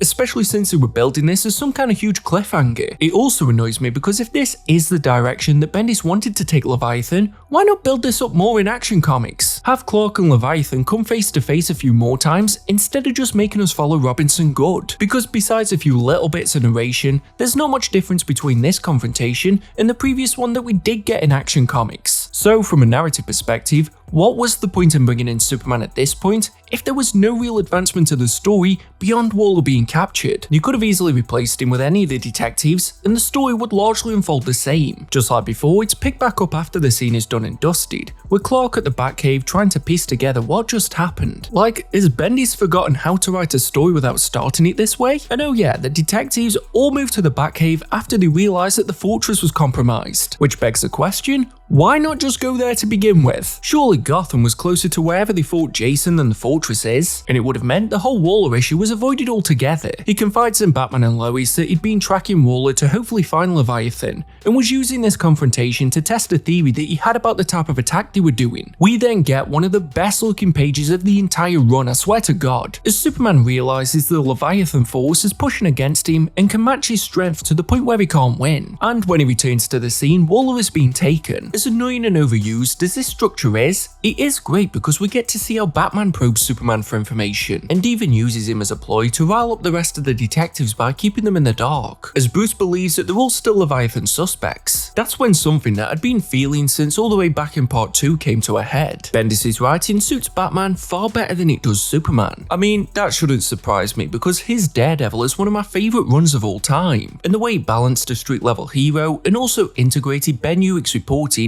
feels like a framework that could easily be adapted here with just a few little tweaks. Even bringing Malieve on to do the art just reinforces this for me. His style in a murky detective story is ideal, yet when we do get scenes with Superman, there's this hopelessness in his look that feels almost elseworld for Clark. Hell, there was even a time in part 3 when Clark says to himself, what would Batman do? Like, bro, you're Superman, you should be saying what would Superman do? Between the mystery of the fires, everything with Leviathan, and how the space stories seem to have more Superman in them, I just can't shake this notion that originally this was intended to be Bendis' run on Batman, but he had to settle for the Man of Steel and didn't want to scrap the plan that he had. So it shouldn't surprise me that I really enjoyed the way his Batman handled everything in Leviathan, but it's a shame that I can't say the same for his Green Arrow. This was basically Peter Parker with a bow and arrow. Sure, wit is a key characteristic of Oliver Queen, but there's a fine line before he just falls into petulant child territory. It's infuriating because the points he makes normally lead the team in the right direction or highlight correct the obvious red herrings, but it didn't feel like it was coming from a character that had that sense of wisdom you usually get with him. Part of that could be more to do with the fact that conversations didn't have a logical sense to them. In certain parts, it was as if a different writer was trying to do a parody of Bendis' dialogue, and unfortunately, despite the characters that were here, it wasn't interesting enough to want to follow it. At one stage, there's a flashback to exactly 1 minute earlier in the same scene, but there wasn't a punchline worthy enough of this. Scott Pilgrim could pull that type of thing off, but Event Leviathan really doesn't have a tone suited for that type of gimmick. For me, you can either be boring and straightforward, or interesting and complex, yet somehow these moments did neither. So perhaps Bendis' Green Arrow was a victim of the environment he was in. There was quite a nice moment earlier on that was rained on by the dialogue. It was just one page of the Question quietly looking around the Fortress of Solitude. No bombardment of inner monologue, and we could have just been left to ponder what he's thinking. But instead, the focus is clearly meant to be on the conversation of the detectives. And I highlight this in particular because Bendis had given certain moments earlier on the chance to stand in silence, and I hope that wasn't something that he was losing over time. But the story continues with the detectives at the Batcave, and Lois steals one of Bruce's cars to find another group of supernatural detectives that are led by Zatanna, who have also been hunting down Leviathan. And don't worry if you're wondering what the logistics of Lois getting in touch with them was, as Zatanna gives the most bizarre introductory speech to Lois that explains everything to her, despite the fact that she even acknowledges that Lois was the one who intentionally sought her out anyway. So I am glad that she clearly did some kind of spell that meant she could see that the fourth wall needed an explanation. This group has been able to clear a large number of suspects, some of which I didn't even realise were on the list. Like Maxwell Lord was apparently one of them, since when was he in the mix? I guess maybe everyone could be Leviathan, that's all we can really take after 4 issues of investigation. Who knows, maybe it's us the reader, maybe we're Leviathan. And this illustrates one of my biggest problems with Event Leviathan. There are too many possible suspects to care about the mystery. When they believed it could be one of the detectives in the group, that was more interesting. Even if it was leaning so heavily towards Manhunter that I knew it couldn't be her, but still there was an intensity that they could be working with the enemy. It was like The Thing, and I love The Thing. Dear God, why can't I review The Thing? Long and short of it is that a mystery isn't great because of the number of suspects, but more often than not is better if there are fewer and can still surprise when the reveal comes. This gives that impression that it's throwing out names to confuse, and often there isn't much of a reason for them to be a suspect to begin with. Apparently Batgirl's one as well. Yep, she called Batman once, said she'd infiltrated Leviathan, so now she's on the suspect list. I don't know if there was a tie-in issue of hers I was supposed to read, but she seems to be the one who gets the most information across to the group, rather than any of the actual detectives who were recruited in it. Like, was there something else I was supposed to read? Because I read the Action Comics tie-ins and learned next to nothing for this event, so why is Batgirl now the most important character? Anyway, after ruling out pretty much everyone that wasn't really a suspect to begin with, Zatanna's team scanned the previous Leviathan attack sites to see if there were any mystical elements at play, and they point the finger back to Sam Lane,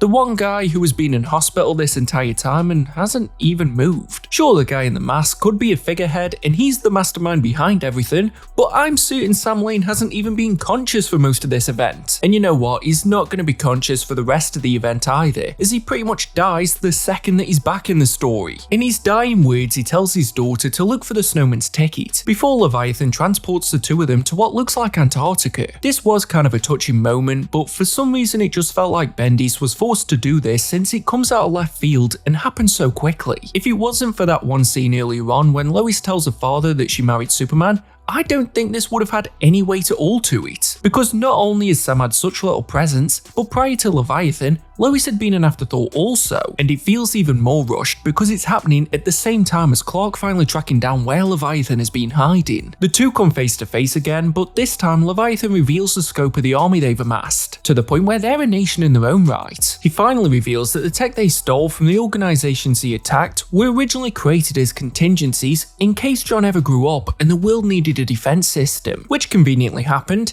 in the series that has barely mentioned Leviathan, so what on earth are we doing here? Firstly, Action Comics nor Event Leviathan have even called attention to John's aging, so why is this supposed to be a big reveal? Secondly, John is either currently off the planet or in the future with Legion, so what reason do they have that John is an active possible threat that needs containing? Thirdly, why not just use Kryptonite? Fourthly, why didn't Spiral name the project something less obvious? You're supposed to be a super secretive organization. Fifthly, this tech that they stole that was meant to be used against John just seems to be a slight inconvenience at best. Occasionally it can teleport someone, so if John did turn evil, what would that solve? And finally, What is this? This was the best reason that Bendis could come up with to try and get Leviathan to bargain with Clark? That the organizations he didn't trust anyway had a plan in the event that his son turned evil? So what? Batman probably has one too. Who cares anyway? He got Clark here so that finally we can learn who Leviathan is, the name that has caused all of this chaos, and had an event centered around him, after we get the obligatory skip ahead so it can be told in a flashback. Of course. Really, they couldn't just carry on the story even for the last issue? Clark meets back up with Lois and consoles her after the loss of her father, and instead of just saying who Leviathan is, Clark listens to a story about how Talia al Ghul attacked Batman and his group because they wanted to get Manhunter's staff, and that's because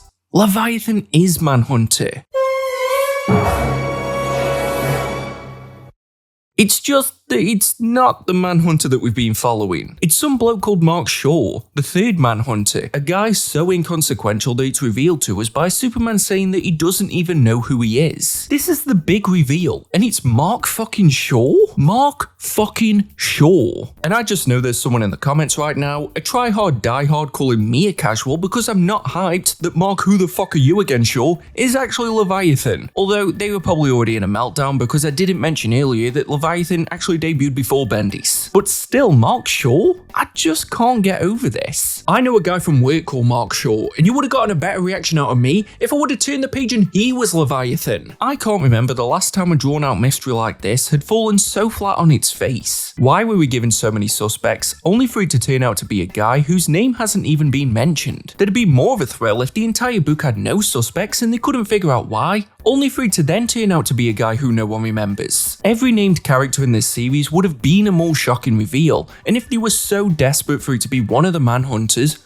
just go for the first one. Or make it another clone of him, or you know what, just make it Kate Spencer. It would have been predictable, but predictable is better than nonsensical. And at least I could tell you who she is without having to Google it. I'm just spitballing here, so there's probably going to be plot holes, but if they really wanted to tie it into this motif and also make it feel connected to the rest of the series, why not just make him some weird evil future version of John? That would tie into his feud from Man of Steel, but also maybe put some doubt into Superman since he's let him go off with Legion. I don't know, maybe that would have been too much like the Dark Beast storyline from his X-Men run, but I still think it would have made more sense. Like honestly, was there not a single better choice? DC Editorial. Hey, it's me, Brian Michael Bendis. Oh hi Bendis, I didn't know it was you. Look, I'm finishing up on Event Leviathan, and I need a really big name to make it worth the reveal, so I was thinking Maxwell Lord, you okay with that? No. Okay. Ra's al Ghul? No. Talia al Ghul? No. How about The Flash, Barry Allen? No. Wally West? There's potential there. But we're already turning him into a villain next year. Okay, Renee Montoya? No. Stephanie Brown? No. Really not leaving me a lot of options here. Okay, how about, Manhunter? No. Wait, that could work, but which one? Well, Kate Spencer's already here and I've kind of... No. Paul Kirk? No. Kirk DePaul? No. The clone of Paul Kirk? No. Oh no. Mark Shaw? Is that guy even alive? God, I hope so. Well, there is literally no one else. Would knowing about his character have made this heel turn more valid? I guess it lines up with that sense of righteousness that Leviathan has had from the beginning. His mission to change the world for the better and take down the organizations that put the world in danger does sort of align with the Manhunters. But Bendis had been great early on at not dragging out mysteries if the reveal is a bit of a dud, so why couldn't that happen here? At least, as soon as the reveal happens, Batman and every other detective swoop in, because Superman deliberately brought Plastic Man with him so that he could stretch out and send a signal. And I just like imagining that there's an alternate take of this issue somewhere where we just follow the smallest piece of Plastic Man trawling across this weird land and finding a way to contact Batman. Honestly, that would have redeemed this whole event. The team attacking Mark is brief, especially since it's supposed to be the big payoff to everything. Event Leviathan has been 90% talking, but they couldn't let this go on for a few pages. And even worse than that, Leviathan's big main attack where all the secrets of the world are revealed doesn't even seem to happen in this. So what was the point of it all? Was it just to reveal that Mark Shaw was behind it? I'm surprised that even made it onto the front page of the Daily Planet. And the fact that Bendis has the gall, the audacity to tease that this isn't over and that Leviathan Dawn is coming soon, like, what reaction did this want me to have? You had an entire event and did nothing, and now I have to wait until the next issue of Action Comics to... What's that? I still haven't read all the Action Comics issues for this part yet? This still isn't over? Oh god. The funniest thing about these issues that were coming out alongside the event is that occasionally a character would ask if they knew who Leviathan was, get told no, and then the issue continued as if nothing happened. The best response was when someone asked Batman, and even he said it wasn't important. You know, the guy pretty much leading the operation. We pick back up with Leone as she makes a presence at the planet known and outlines her expectations to Perry White, selling papers as a priority, and the only way to do that is to bring Lois Lane back to the office full time, and the only way they can get that done is through Clark. You know what, if this had been the introduction to Leone, I'd probably have gotten on board. Her being a looming figure for over half of this run, and knowing that she'd bought the planet so long before she'd made a presence known just took the wind out of her sails. Whereas here, she was enigmatic. There was that sense that you couldn't trust her, but at the same time, she was direct with what she wanted. She is still controlling the invisible mafia, which Thorne has been going after to take down their new drug operation. But she comes face to face with the Red Cloud, who has a new form that pretty much works in the same way as the previous one. But the fight between the two causes the invisible mafia to no longer be invisible to Metropolis, which shouldn't surprise them as they are the provider of the biggest new drug in the city. Meanwhile, Clark has been dealing with a creature that has escaped from Star Labs, and they really try their hardest to connect this to Leviathan, but who cares at this point? And later on, he returns home to ask Lois about Leone's proposal, but just as his side plot is getting interesting because it's the first time their relationship feels natural, a blinding yellow light shoots across Metropolis, with a figure crashing in front of the Daily Planet. And this is where we get sledgehammered in the face with Naomi. Who is Naomi?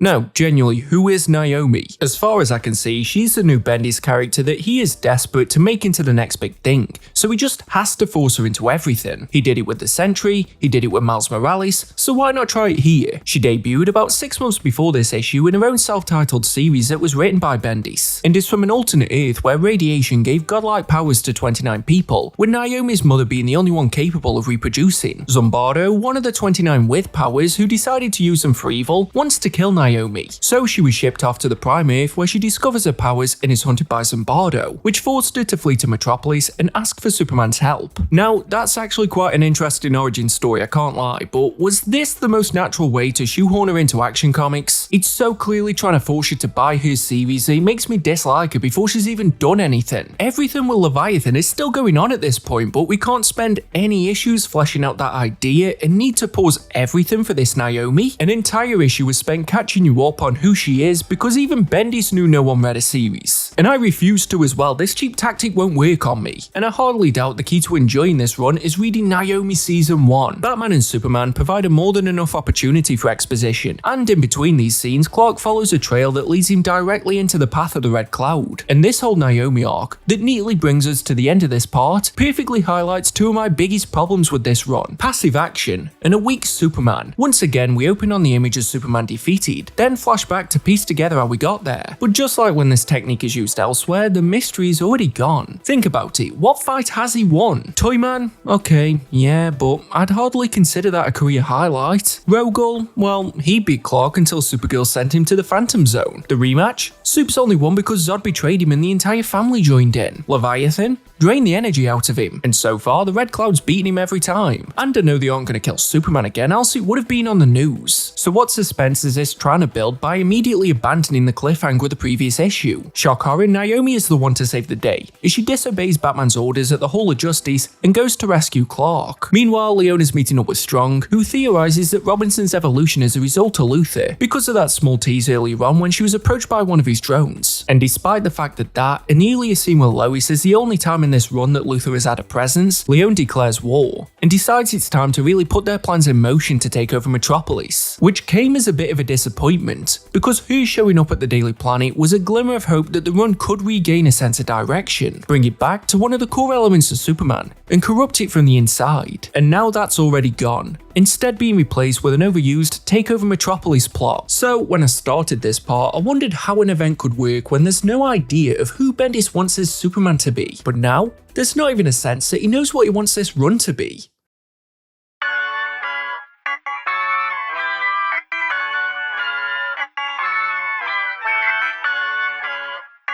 I read the comments when I do videos like these. I only focus on the negatives. I read a series wanting it to be bad. I sound like my balls haven't dropped. I never do videos on books I like. I'm going bald. Just accept it, you denty-headed bald fuck. But my mindset is that I never want to dislike a book that I spend my free time on. Even seeing the criticism of Bendis' Superman run prior to reading it, I wanted to find the hidden angle and maybe cast a different light on it. So even though I wasn't a fan so far, throwing in a new idea that could reinvent things is enough to give me hope even this deep into the run. Also, it felt like the best time to switch gears, with John in the future, Rogel being contained, and Leviathan having simmered down. This was the closest thing to a clean slate for the Superman series, and the idea Bendis goes with is one that immediately evoked intrigue. Truth. Yep, after an issue of Clark ambling about and speaking to those closest to him, he's decided it's time to tell the world his true identity. And you know what, despite that feeling that the story was delaying the obvious, we got a lot of smaller moments that were a nice change of pace after the whole Unity saga and everything with Leviathan. Just having Lois and Clark going for a flight across the city, and not because they needed to go undercover, was hardly run defining, but just reinforced how the heart of these characters is still there. Even when Clark opens up about his realization that time has taken both his father and son from him was a great insight into how recent events have taken the toll. There was also a great page where he checks in on all of his superhero friends at once, and just having that moment made me realise he's probably done that often throughout the run. It is kind of funny though how upholding the United Planet seems to solely be Superman's responsibility, but it is also fun seeing that everything didn't just go smoothly after Unity Day.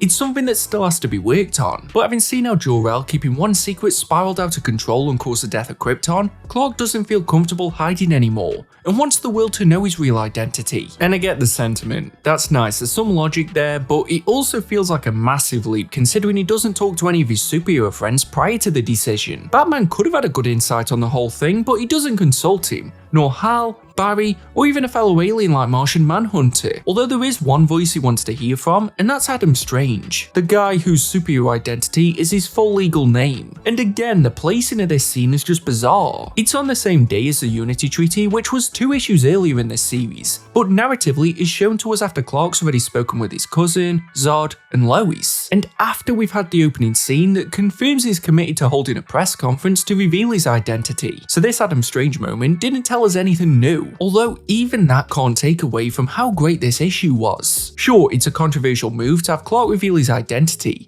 but it's one of those I knew I had to see how it was executed before I could judge the concept. But this one issue, on its own and without the baggage it comes with, may be my favourite of the run. If you asked me to make a list of my highlights of Bendis' time on Superman, most of them would be from here. The silent page of him revealing his dual life to Perry was one of the best in the whole series. It perfectly contrasted with when he told Jimmy, and how calm he was about it, and used it as an opportunity to pull one over on Clark. It also allowed the story to reflect on how it hasn't just been Clark keeping the secret from everyone, as Lois has had to hide it from Jimmy as well, and that's been a barrier in their friendship that she wanted to be the one to overcome, so it helped to add to her development as well. The scene of his speech was so well done, short but sweet, but I do have to admit that the speech bubble placement confused me at one point when there's a double page spread. Like, am I supposed to pretend now that reading left to right isn't a thing? But it's good how we get to see everyone's reaction, because in the same way that his death affected the world, this would too. And most importantly, Lex Luthor and the Legion of Doom take notice. But wait just a moment, because I swear this very same ensemble of villains is the exact group Clark is up against right now in Action Comics. Yeah, that's right, because printed concurrently is another year of the villain tie-in where the Legion of Doom have absolutely decimated Metropolis. And in those issues, Clark says he's revealing his identity to the world the next day. What this means is, for once, we have a definitive continuity. So you know what? I'm gonna respect that, but it means that we also have to accept that everything in these issues of Action must have happened in between Superman issues 17 and 18. The only other possible explanation is that we're expected to believe that these are happening in 2 parallel universes, where Clark revealing his identity conveniently happens at the same time in both, but the Legion attacking Metropolis only happens in Action Comics. You know what? That must be the case, because if we see Lex and the Legion reacting to the reveal and form a plot, this would have happened just one day after they were defeated, and thus spoil everything about this storyline. I'm sorry I said I wouldn't get bogged down in the continuity, but how can I not when it's so glaringly flawed? And if I'm honest, it's a nice distraction so that I don't have to talk about John Romita Jr. being on the art. Did I say his name too many times earlier or something? Now look, I've made my thoughts on Romita Jr.'s modern style abundantly clear in a number of past videos, heroes. So there's no point milking that dried up cow here, it just kinda becomes bullying at a certain point. The only two things I can't avoid mentioning is that the head size of certain characters vary between scenes, which makes me wonder if he's seen a person's face before, and the logo of his Superman is smaller than the one on my cufflinks. And if I'm being real, his Metropolis left in ruins by the Legion had quite a lot of depth and detail to it. Although, of course, we don't spend much time there, because this is the regular flash forward before we go back to the humdrum of normal life. Thank God, I was worried for a second there that Action Comics was gonna be filled with action. In the run up to the attack, Clark is interviewing Leone, when he gets caught up in a disturbance that leads to him realizing that Leviathan is at war with the Invisible Mafia. But this feels odd since we saw Mark Shaw recovering at the end of Event Leviathan, and he's only been about one issue since we last heard about him. He's the only character that's returned quicker than Rogel. But this is a smart way of getting the two enemy factions to exist within the same story and not need to hard switch between them. But it's a war where I couldn't care less who wins. On top of that, this series hasn't done a good enough job of establishing their threat to the point where I'd fear either one beating the other. And the whole thing is kind of a bait and switch. They open with these established Superman villains that we know are about to destroy Metropolis, but let's instead focus on the two enemies that we don't care about. And Luthor's been a character that's been lurking about since the beginning, and I was excited for something,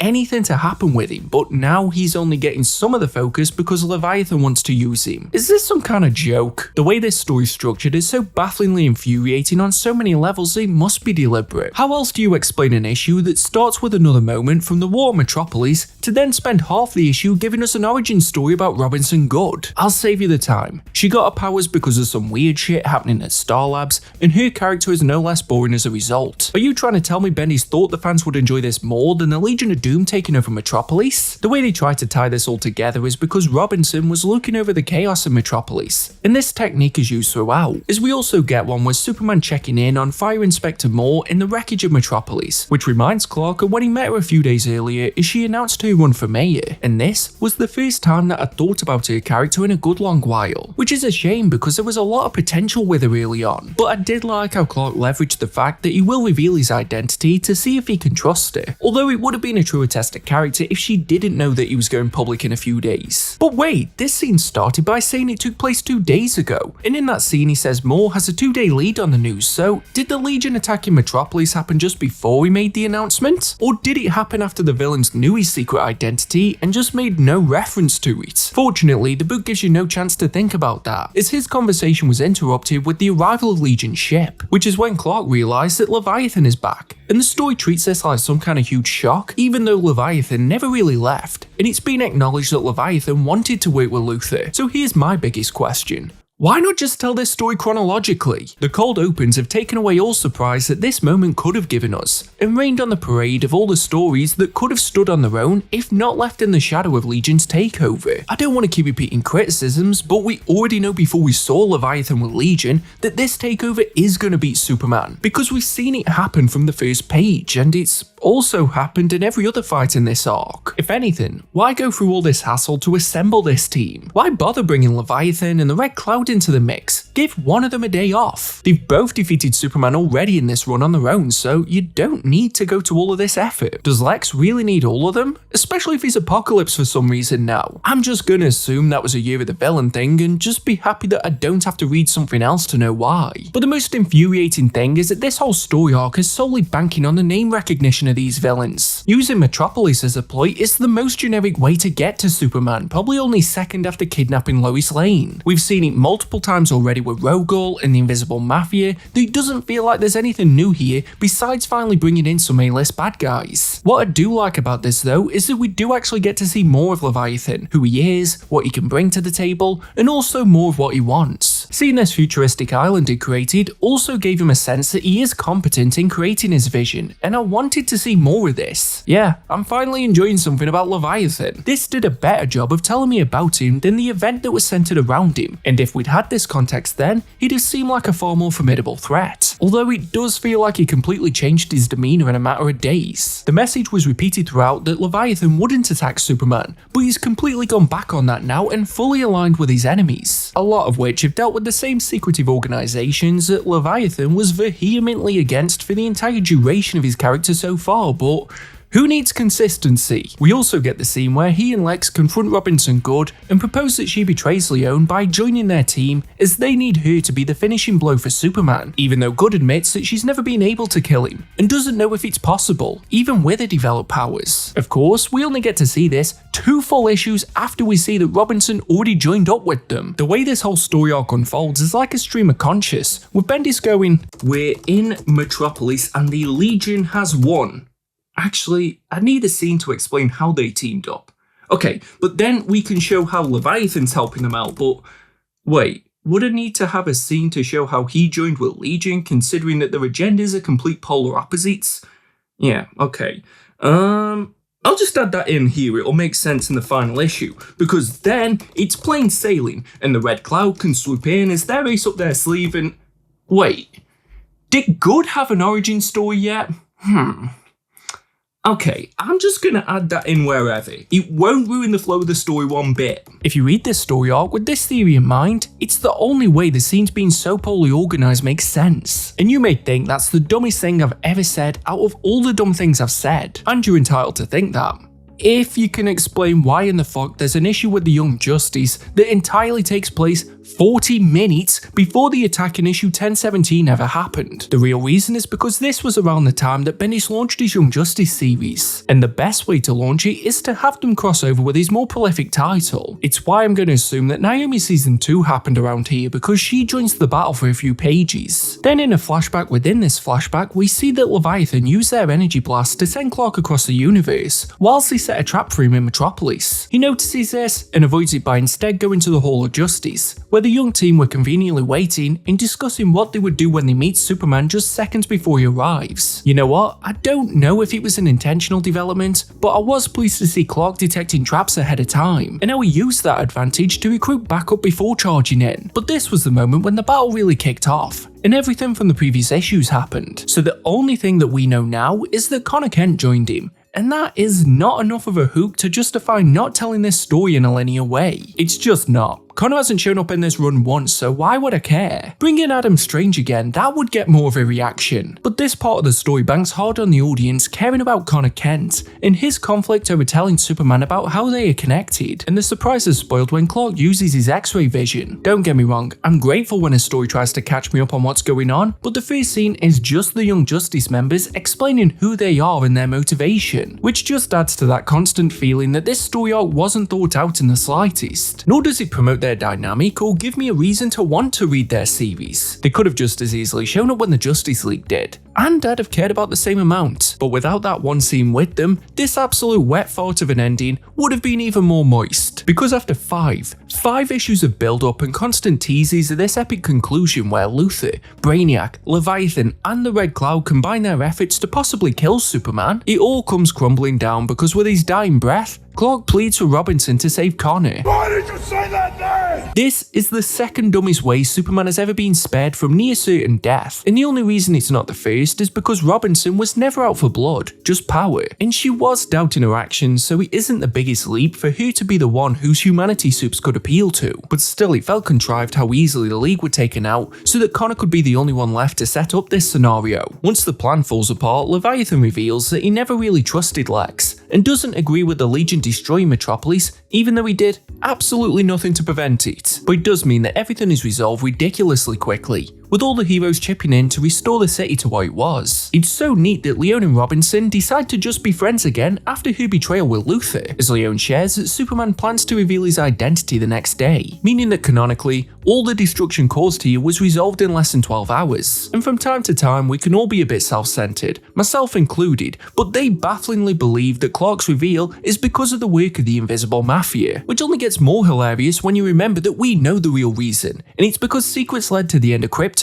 a far more justifiable reason than the Invisible Mafia. But regardless, them two being a team again means that nearly nothing from this overpromised and underdelivered storyline had any lasting effect. In fact, all it did was neatly bring us back to where we left the Superman series. There's one page showing that Metropolis lies in ruins, and that must be enough of an explanation about what happened in Action Comics. Except it's actually a theorized consequence of Clark's reveal. There's no mention of Legion's attack, and it's just another slap in the face from Bendis to anyone who wants there to to be any cohesion between the two books. Also, why would the insurance companies be worried that the planet would be destroyed just because the world knows that Superman is Clark? Metropolis just got leveled the day before he made the announcement anyway. And for the nitpickiest of nitpicks, since when do insurance companies hire someone to illustrate a worst case scenario? They've never sent one of me sliced in half on the M6 when I renew my car insurance. You may remember though that prior to the reveal, I said this is one of those ideas I'd have to judge on the execution rather than the concept. And in one issue, all of my worst fears about this came true. I'm 99% certain Clark revealing his identity was just for shock factor, and story-wise, there was no real purpose beyond that. It's no different than killing off a character to boost sales, and I'm gonna keep coming back to this. Disappointingly, it wasn't like this straight out of the gate. I loved the scene at the planet where the minutiae of the ramifications are being debated, and it was a glimpse into classic Bendis. All the emotions felt by everyone were there. It was chaotic, there was fear, uncertainty, excitement, and Perry had to do what was legally right by firing Clark, but then what was morally right by hiring him again. Just seeing the Daily Planet crew talk about what this could mean for the paper was fun. It's considering how the impact of Superman's identity no longer being a secret affects everything in Clark's life. And I was excited to see where this was going. The ideas Bendis had for a world following the reveal of the truth. Yet the story immediately pivots into an intergalactic one about Mongol that brings nothing to the idea of Clark going public as Superman. Quick side note, there are two spin-off issues, one called Heroes and the other called Villains, that look at different characters reacting to the news. There were some great heartfelt moments in here that did add to the sense of world building. In particular, I liked when Booster Gold spoke with Clark and the scene where Diana visits Bruce. But this didn't need to be a separate issue and could have just been interwoven around the story scenes. It might have helped it feel less like a clip show, but Heroes was definitely the better of the two. Villains, on the other hand, still spent a lot of time following Heroes. There was one story with Supergirl where she looks like she's doing some kind of Gene Simmons tribute, and once again I'm asking myself if I'm supposed to know what's been happening with it. I swear Bendis still wasn't writing that series yet, now she's the Crow, complete with a vendetta, and I'm not supposed to ask why? There are also scenes that really feel out of place here. We get the huge bombshell that Lois Lane reported that Leona's the head of the Invisible Mafia, which desperately needed to first be revealed in Action Comics, rather than a villain's tie-in. And we also see Mongol react to the news via some interplanetary news station, but we've already seen him following this reveal and he doesn't even make a mention of it. Also, it had no bearing on his plans since he was going after the United Planets, which seemed to be the play regardless of Clark's reveal. Mongol quickly mounts his attack, and despite him being the butt of the joke earlier in the run, he is efficient and seemed to take Clark out easier than the likes of Rogul and Red Cloud. So I guess he can be added to the list of villains who easily beat Superman, although the United Planets has largely been a forgotten element since it was formed, and besides maybe one scene, we haven't been shown the benefits of having a United Planet to fear Mongol tearing them apart. In fact, this fight was the prime example we have of their treaty working towards a shared goal. To give it credit, when Superman came to, this did give us one of the better brawls of the series that felt scrappy, brutal, and wasn't just two characters jostling in a Roman Greco style. Mongol was intelligent as well. He didn't just have a plan to go after Superman, but found the weak spots within the United Planets. The tensions that had been glossed over and could be exploited so that Clark couldn't just focus all of his attention on him. I also enjoyed how he had a Trojan horse attack to go after Earth. This is something I wanted to see from Rogul in the beginning, but it's just a shame that it was more of a case of Superman coming across as short-sighted rather than Mongol being a mastermind. Like when he discovers Warworld moving in on Earth, Clark wonders why Mongol would do such a thing.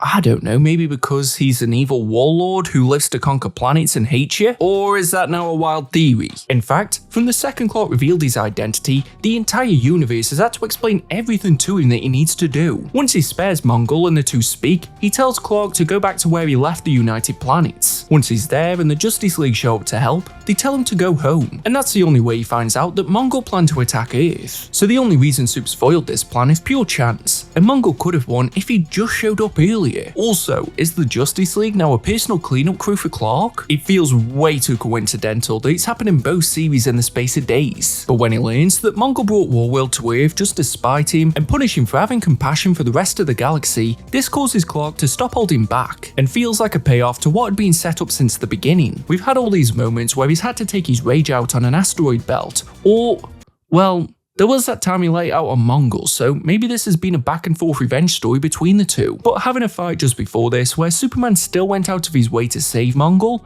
only for it to be a ploy, is actually a great idea for a Superman story, to force him to confront his ideology in the face of a ruthless opponent. At the same time, it reinforces his belief, because after Clark overpowers Mongol, he realizes that showing him as weak in front of his people is a worse sentence than death on Warworld. It's late on in this run, but this was a solid story that he enjoyed. Until I remembered that this is following up the most important thing that's happened in Superman's history since he died in the 90s. And that's not me being hyperbolic or overselling anything, because what else could be more important to Clark Kent's story than the world knowing of his true identity? The series even gave it the chance to be a huge thing. There was build-ups, spin-offs, and even continuity between both titles. Sort of. Yet nothing about the true storyline seemed to hold weight. The whole concept became a ploy to bring readers back in just to repoint the focus at the United Planets idea that Bendis seemed to have forgotten about. And I'm not just saying that because of Mongol's plan, as we get a secondary story taking place on Earth that follows the reporters of the Daily Star. Side note, that's the name of a real newspaper in the UK, and I like that regardless of the universe, the Daily Star is still a bottom-feeding rag. They are sick are living in the shadow of the planet, especially after it's revealed that they never had a chance of getting a Superman scoop since Clark Kent was their lead reporter. Out of the gate, this is the perspective I wanted to see after Superman's reveal. I didn't need an entire issue where the heroes being relieved that they know he's Clark Kent, or one of the villains being confused how it's possible. Show me the world reacting to the news. How does this monumental moment affect someone just trying to do the job? What does it mean for Clark's reputation as a journalist? Even though the scene at the Daily Star bullpen was breaking up the fight with Mongol, I still really enjoyed it. They were discussing how they can still be relevant and the approach they need to take. And if this was going to become a side story, I was intrigued to see where it would go. Yet at that very moment, one of the reporters receives an anonymous email with a 4K recording of the exact moment Superman declared he'd be the representative of Earth for the United Planets. And suddenly, the front page becomes a hit piece against the Man of Steel. There was one thing I particularly liked about this, and it's how quickly the journalists became vultures. In the space of minutes, it goes from, let's show how Superman's truth has been a positive to the world, to let's frame him as the conqueror of Earth. And that may be the most realistic thing in this whole series. But at the same time, this story would still be scandalous even if the world didn't know about Clark Kent. And I have to point this out. How does this footage even exist? I went back to the Unity Day issue and no one had the phone out or a camera, and there wasn't even a drone flying about. There's also multiple angles in the video, so someone must have compiled all the footage together. And that's without wondering how the video was then uploaded, edited, and sent across to the one reporter at the Daily Star who happened to be checking his emails at the exact moment that everyone was there discussing how they can possibly find a story. That's more convenient than all the times that John has been shooed out to the series. Don't get me wrong, this idea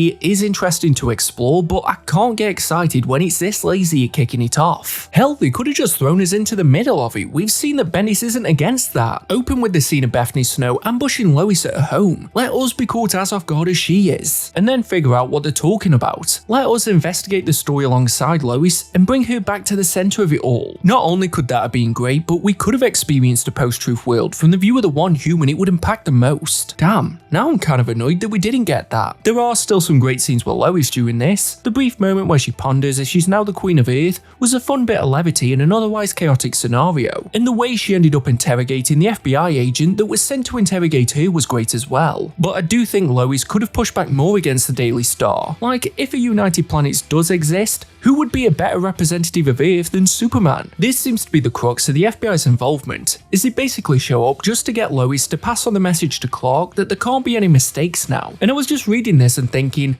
well, else what? What if he does slip up? Are the FBI going to link up with NASA to berate him in front of the rest of the United Planets? I thought the FBI were going to force Clark to become a spy for them, and have him take the place that Jor-El originally had within the Circle. It's no secret that this series only has a handful of issues left, so why not have Clark go on this journey where he treads the line that he judged his father for earlier on? And look, even if you don't think that sounds like an interesting idea, just wait until you see what Bendis did use his final issues on instead. But the FBI's threat is so inconsequential that Lois forgets to tell Clark once he returns home later that same day. So once again, a possibly complex and interesting direction has been brushed under the rug, and that is where we end this part. It began with me excited to see how the truth could switch things up for the Superman dynamic, but just a few issues after such an important move, it feels like Bendis has already done with the idea, and going back to earlier plots that had gathered dust. Biggest evidence of this, in the closing pages, Lois and Clark relax in bed talking about how much they miss John, but there hasn't been a single thought towards him throughout this entire storyline. Did they not consider how this would prevent John from ever having a normal civilian life? Or with him now off in the future,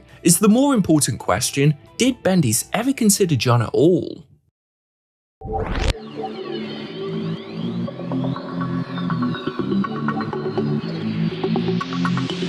So, how do you follow up an overhyped story where Metropolis was destroyed by the Legion of Doom? Well, if you're Action Comics, it's with a lot of standing around. Clark is at the Fortress of Solitude and has brought Connor Kent with him. He has no knowledge of where he's from, who made him, and besides the fact that unlike the pre-New 52 Connor Kent, Bendis gives us no incentive to want to discover the answers. If anything, he just feels like a replacement John that Clark doesn't have to be as responsible for. Oh wait, no, that can't be the case because John's back. Whilst at the fortress, a portal opens, showing that the security there still hasn't been upgraded, and it's John popping back in with Brainiac 5 to show him around the 21st century. And like, could you have not popped back in earlier? Maybe checked in on your dad before he revealed his secret identity? Or bring the Legion back to help against the evil Legion? The worst bit is, there is no explanation what John's been up to. He's just there, happy as Larry, arm in arm with Brainiac 5, and the only way you can bridge the gap is to read Legion. But I'm taking a stand. I refuse to do it. I won't succumb to such a cheap tactic just so. But what if that series has all the answers and excitement that you need? You know if you don't read it, everyone in the comments will tell you your opinion is mid because you missed out the best part. Come on, that won't happen this time, surely? They said it when you missed Hallows Eve out of Wells' Spider-Man. But that wasn't written by Zeb. And with Magneto when you last reviewed a Bendis run. That was Cullen Bunn. You know if you don't read it, it's the only thing they'll bring up.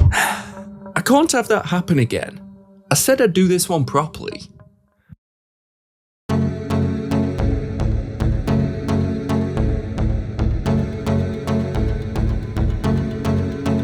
So, much like how Superman began, there's a mini-series before the run. And side note, because I don't know where else I can bring this up, but can we stop doing shit like this? Like, if they're important, just put these 2 issues in the Legion series. Sorry, I just really need to get that off my chest. So, we start with a 2-issue Millennium title that follows Rose, who we met during Event Leviathan. But if you can't remember who she is, she gives a quick synopsis to none other than President Supergirl in the future. Luthor created a cure for her thorn situation that has served her and the universe well, to the point where her condition no longer exists in newborns and it's being bred out. However, this means that production of the medication has stopped, and Rose fears for what will happen when Thorn reappears. Supergirl promises that they won't let that happen. However, this story is taking place across Hypertime, so we flip to the Batman Beyond universe where Thorn has returned and is a menace within Neo Gotham. Then we see you in Commander's world, and I just have one question. Have I missed 40 or so issues of this run somewhere? Is this what Year of the Villain was about? Like, what the hell is going on here? I get Millennium is all about setting things up, but I'm more confused than I was before I read this. If I'm being real as well, with all the Truth storyline and Leviathan, I'd forgotten about Rose, and it feels like Bendis knew that she wasn't the most memorable, so just threw in a bunch of recognizable alternate characters to drive up some kind of excitement. Don't get me wrong, I'm hopeful Bendis can make her into someone, and you know for a fact I'd be bagging on this series if Rose hadn't been introduced at all before this. But I'm reading the Legion series for John, and so far it seems to be resting all of its hopes on a very mid-minor character. On the plus side, there's a phenomenal array of artists here. In my eyes, Jim Lee can make any book better, just look at All-Star Batman and Robin. But you've also got great work from Dustin Nguyen, Andrea Sorrentino, and someone that I could have sworn blind was Frank Whiteley. The future that's being painted here is quite interesting as well. I don't know exactly how much of a role President Supergirl and Batman Beyond will play in the full series, but they definitely captured my interest,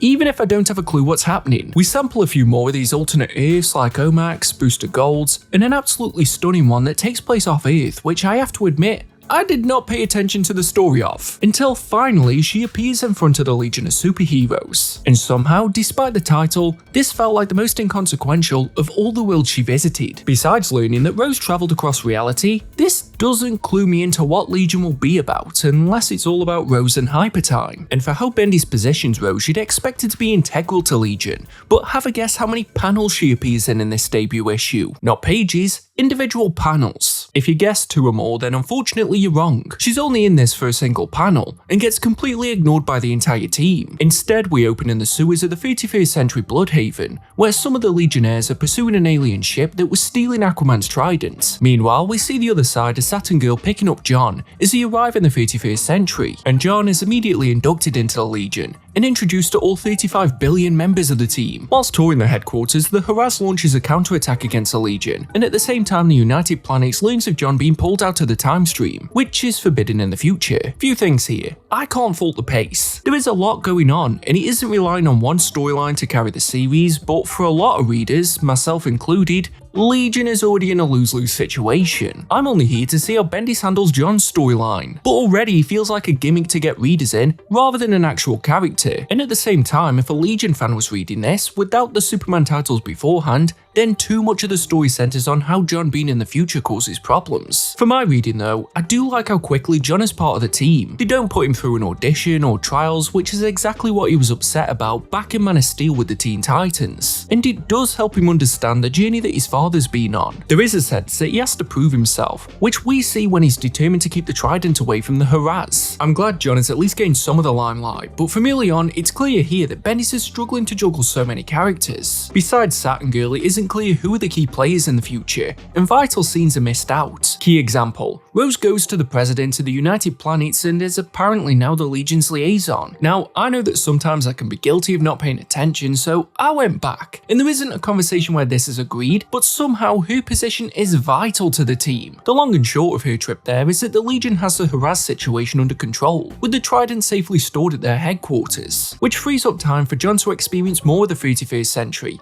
in particular, planet Gotham. So John immediately goes back to the present day to pick up Damian. I'm not gonna ask how John already knows how to use time travel, or why he hasn't at least popped in on his parents if he can, but still, it's Damian, and they're a fun duo, and one of the only ones that Bendis seem to have gotten right so far. However, at this point there are still named members of Legion that haven't had a full sentence yet because they get interrupted by other more important characters. If it wasn't for the future tech that popped up next to each member and told me their name, I think I'd know like 4 characters at best. There's one called Ultra Boy that doesn't make any kind of impression until his whole history is dumped on us because his father is an evil warlord from a planet called Rimbor. The father, Krav, also wants a trident, which puts Ultra Boy directly in conflict between his job and his family. But we learn all of this in pretty much the exact scene where he finally gets some attention, so that conflict doesn't mean much. If nothing else, it gives us a fun fight with Krav. I don't know much about him, but I like characters that slot into that unthinking brute category, who will just strangle the leader even while surrounded by enemies. This fight also did more to showcase some of the other Legionnaires, such as Mon-El, than the rushed introductions we've had so far, and it made me realise that the action is carrying the story more than the dialogue. The characters got to inject personality through the quips, or showcase what they're capable of, and it had me hoping there were more scenes like this rather than discussions in a mostly blank room. That's not a diss at Ryan Sook, who is handling the art, as he is great at adding detail, especially when there are so many characters on the page, and every fight he illustrates is dynamic. No one feels unattended to, it's just that the locations they inhabit are so clean that there doesn't seem to be much to experiment with, Rimbor being the only exception. Well, that and the brief glimpse of his Gotham that we got, which is perfectly apt for how brief Damian's involvement in this whole thing was. I'm not exaggerating here, he gets to the future, passes out, and is then returned home. John gets a bit of a scolding for disrupting the time stream, even though he himself has been pulled from it, but the team allude to a horrible event involving Damian that you'd know all about if you watched an introductory presentation. Interestingly, for as boring as it might sound, that presentation was a unique in-universe way of giving us an origin story for the main members of this team. I only really cared about Saturn Girl and Rock, and I didn't realise this until the presentation is interrupted by another attack from the Haraz. There'd been a story going on alongside John's where the United Planets president visits the Legion, which leads to her ordering the team to be detained until they figure out the ramifications of the time stream being disrupted, and she's specifically referencing Saturn Girl's disruption, so don't go blaming John for this. However, because the team is so huge, the origin stories continue,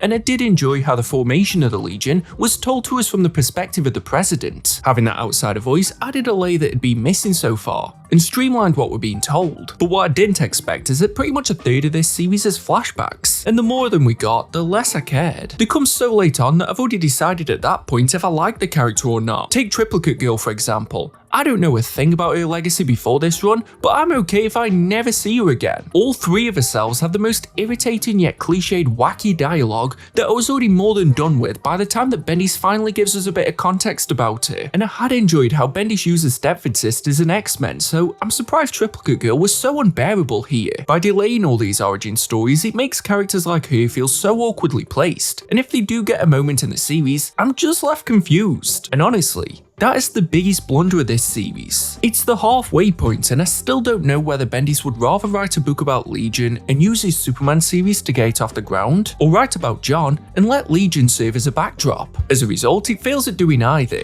And because of that, this series can often just feel like a bunch of scenes bundled together, or feel like it's being pulled in two opposite directions. We get issues that are the climax to the story that get interrupted with origins for characters that have been around since issue 1. Am I really supposed to be caring about Bouncing Boy, Chameleon Boy, Monster Boy, and Ultra Boy? Wait, that last one had the whole crab thing that I liked. And there are mainstays that pull the weight, with Brainiac being one of the best to fit that description. He really came into his own the more the series went on, and was one of the more mature characters. I enjoyed when he would come in and take control of a situation, like when they were setting the Earth up for evacuation following another attack from the Haraz. This happened whilst the Legion were being detained, and Brainiac was great at explaining why John is needed in their time, because honestly, it wasn't clear before then. It's fun to imagine what the Legion would be like without Brainiac, because I would rather cut this team in half than lose just him. In fact, I like how he's so useful that he's a point of conflict within the team. The Legion decide to confront the United Planets directly, and Rock storms right up to the President, which was badass to see, but the worst move to make. Instead, John addresses the Coalition directly, and puts forward his case to be there, which very easily wins everyone over despite the fact that they were adamant that he was a problem from the beginning. But Rock's actions are seen as an insult to the President, who takes his position as leader of the Legion seriously, but admits that most people think Brainiac is the head of the team because of the way he handles himself. Saturn Girl gives Rock a grilling and questions his title, which leads to the Legion voting on who they want to lead the team. And an internal conflict is interesting, but a bit rushed considering the tension wasn't a major storyline until the problem with the United Planets was done. Why not make this a story from the beginning? Have John's arrival cause divide in the Legion. Let that get worse over time. Have whispers about Rock's leadership, and other characters make a passing comment about who should lead, until it does boil over into a complete overhaul of leadership. That would have worked as a better introduction to Legion, and characters would have been more memorable just by knowing who they sided with. Instead, we just get two scenes discussing it, and then somehow Ultra Boy is elected, despite the fact that Saturn Girl is clearly the more suitable choice. It was probably rushed because Bendis desperately wanted the cliffhanger of Krav placing the Legion under arrest in line with Rimbaud law, which is now the second time this idea is being used to end an issue. The battle between Krav and the Legion takes place in an issue where each page is handled by a different artist, and there are also more origin flashbacks, which makes this one of the most jarring reads I've had in a good long while. Throw in Bendis' wacky time gimmicks and it's a recipe for disaster. One page starts with a panel set 17 seconds later, only for the next one to be set 12 seconds earlier, like,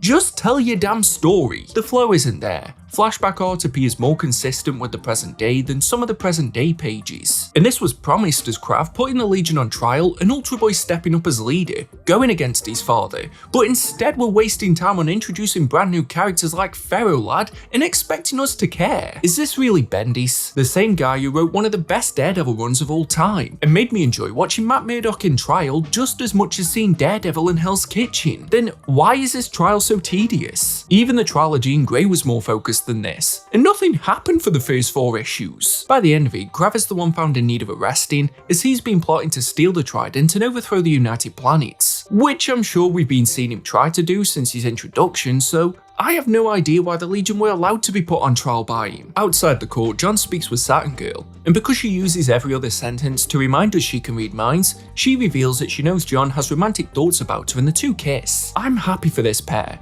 and it's one of the only things about this series that feels like an actual payoff from the Superman run. But if I was just reading Legion, I don't know if this would land as well. And why did John go back to his time with Brainiac instead of his now girlfriend? Although I should take what I can get, because sometimes scenes don't even get a payoff. Back on Earth, Brainiac is in a boring meeting that does spike some interest when they talk about the Gold Lantern situation, only for it to abruptly cut away. So what was the Gold Lantern situation? He appeared halfway through, helped you guys, and looked like he was on the team, so I might need more than a confusing cliffhanger. Ultra Boy goes to Rimbaud and has a badass fight for his father's throne, which is quite difficult to say when you've got a bit of a lisp, only for it to end with him revealing that he can't lead the Legion and his planet, so why bother going in the first place? You've been the leader of Legion for about 2 days, why didn't you just not put your name forward? Even the other members didn't know that you can't do both, so where's this problem come from? Mon-El fled the planet following the trial and is occasionally being pissed off about John being in their time, so he went to New Krypton. Some of the Legion follow him, you get the sense it's building up to a confrontation between Mon and John,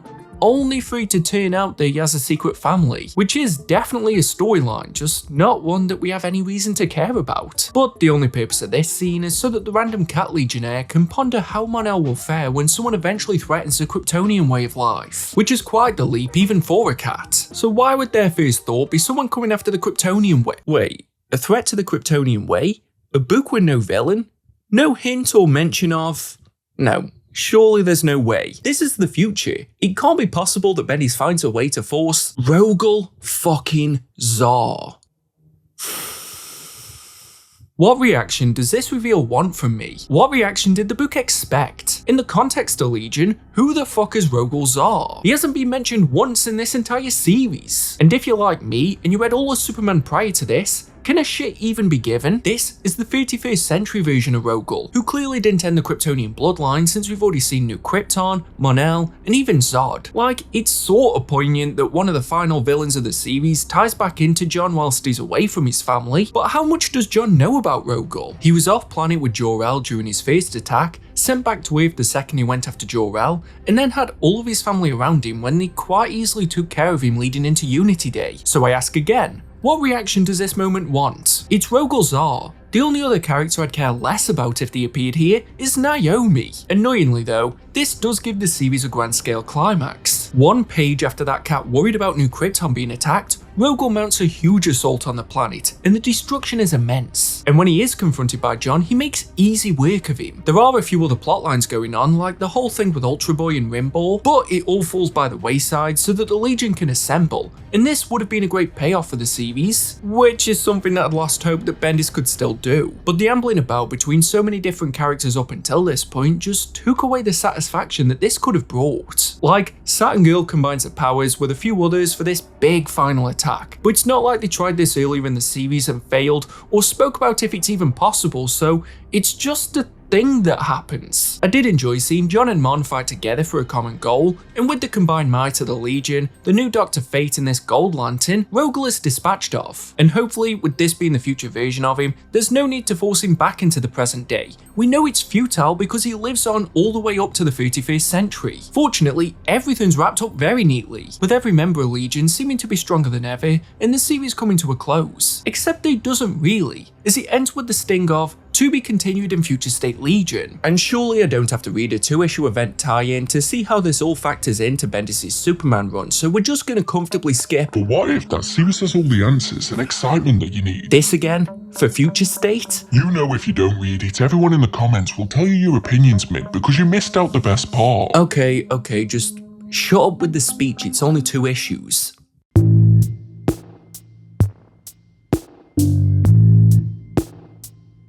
Well, I hate to say it, but I was right. John doesn't even speak in these 2 issues, only appears in the background of a few group shots, and the whole thing is set in an alternate dimension and doesn't even carry on from Bendis' 12-issue series. The last page was a lie. Nothing has been continued. So for now, I guess that's us done with Legion. It's not clear when John left the 31st century with Brainiac to reunite with his father in Action Comics, so I'm just going to assume it was after Legion issue 12. But in that scene, John looked in good spirits and didn't mention to Clark that he went head to head with Rogol, which you'd think would get a passing mention, so who knows. But one thing that Bendis has been committed to throughout all of his titles is having a consistent opening page. Action Comics had the Daily Planet desks to catch us up, Man of Steel had the circles motif that still keeps me up at night. And Legion had a different member chronicling what's happened so far. The final one was Saturn Girl, and she explains that bringing John to the future was solely her idea, so that he could train them to be better heroes and he could see a hopeful version of the future. Having read the whole thing, none of that happened. John became a signpost to remind us occasionally that this will connect back to the Superman run, whilst at the same time not giving us a satisfying enough Legion story to make up for John being used as a prop. I'll let you guys in on a boring secret about me.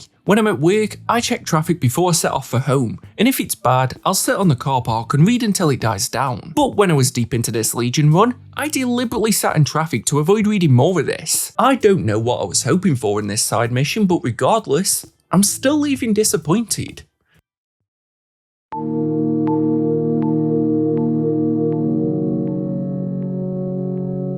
Damn, I never thought I'd be happy to see an issue of Bendis' Action Comics, but here we are. John has brought Brainiac to the 21st century, so clearly hasn't learned after the whole mishap with Damian during Legion. Clark doesn't ask a single question, which is the least parental thing I've ever seen. If I go to Tesco, my mum calls me to ask how it went. All of their focus is put on Connor as he tried to figure out how he came to be. Clark brings in a crack team of experts to figure out where he's from, and theorise it could be a result of a multiversal reboot as Connor remembers Clark, but Clark doesn't remember him. They all visit Smallville where the Kents immediately recognise Connor but aren't fully sure how, and honestly, who really cares? Why wasn't this solved in Young Justice? He's there, has memories of that time, and they acknowledge the universe is rebooted at least 3 times, which is being conservative. So what's the big deal? His presence isn't threatening the very fabric of the universe, and you currently have a guy there out of the time stream, which seems to be a far more pressing issue. So I don't know why this Connor conundrum is getting so much play. Meanwhile, everyone at the Daily Planet is reeling from the reveal that they are owned by the mastermind behind the Invisible Mafia, which if you didn't read the villains tie-in, which was mostly filler, you would have no idea what was happening right now. But despite the tensions in Office, it does wonders for sales, and does tie back in well to the thread from the beginning that they were committed to printing the truth. However, Leon isn't so happy about this, and wants Lois dead for breaking the news. So now that Robinson Good is evil again, and is comfortable with killing because Luther isn't the one telling her to do it, she follows Lois and Jimmy as they investigate a former home of Leon and believe they uncovered the lead base of the Invisible Mafia. Good almost kills Jimmy, which is even more cold considering she's worked with him, and Lois calls out for Clark in a last breath, which he hears all the way over in Smallville. He brings John and Connor with him, leaving Brainiac with his parents, which doesn't seem like the smartest idea, and we get one of the more unintentionally hilarious fights of the series. Robinson repeatedly keeps trying to get to the group, and each time the 3 Supermen easily dispatch of her, she then waits a few pages and tries the exact same approach again. It's also an example of her powers making no sense, because Clark easily beats her on his own at one point, despite the fact that he wasn't able to before her powers accelerated. But during the chaos, Jimmy realised that the Red Cloud is Robinson, and the whole ordeal causes Clark to redirect his focus to the Invisible Mafia, having been distracted by Leviathan, Luther, Rogel, and everything else. You know what? This gives us a far more direct Superman that seems to run parallel with how he handled Mongol in the Superman series. I loved him walking right into the Black Label Club to confront the Mafia, instead of stopping them once a crime is already in motion, and this was one of the few times that the flashback was used well for effect. We learn of him shrinking the club at the same time as Good and Leon, so it's as much of a shock for us as it is for them, and reinforces that maybe Superman isn't so predictable. The only problem with this is that the story's falling back into the habit of just telling us what's happening. In response to Superman's attack, Leon, for some reason, declares that Superman is broken, and I was just sat there like, since when? He just took down your club. He's not broken, he's just done with your shit. And I'm still not buying how quickly Good turned evil again. Her sparing Clark felt like something of a story arc for her. But not only has she gone back on that with the flimsiest of excuses, but her turn back doesn't even have a real reason. She just tells us she's willing to do whatever Leon wants. Regardless, it's also that the Invisible Mafia can make one final stand to take Metropolis and go toe-to-toe with Superman. And you'd think after being in this series with that goal from issue 1 that they'd have some kind of a plan, or at least be able to anticipate what Clark's reaction could be. Yet there is no sign of that here, because the Red Cloud goes after Fire Chief Moore and murders her.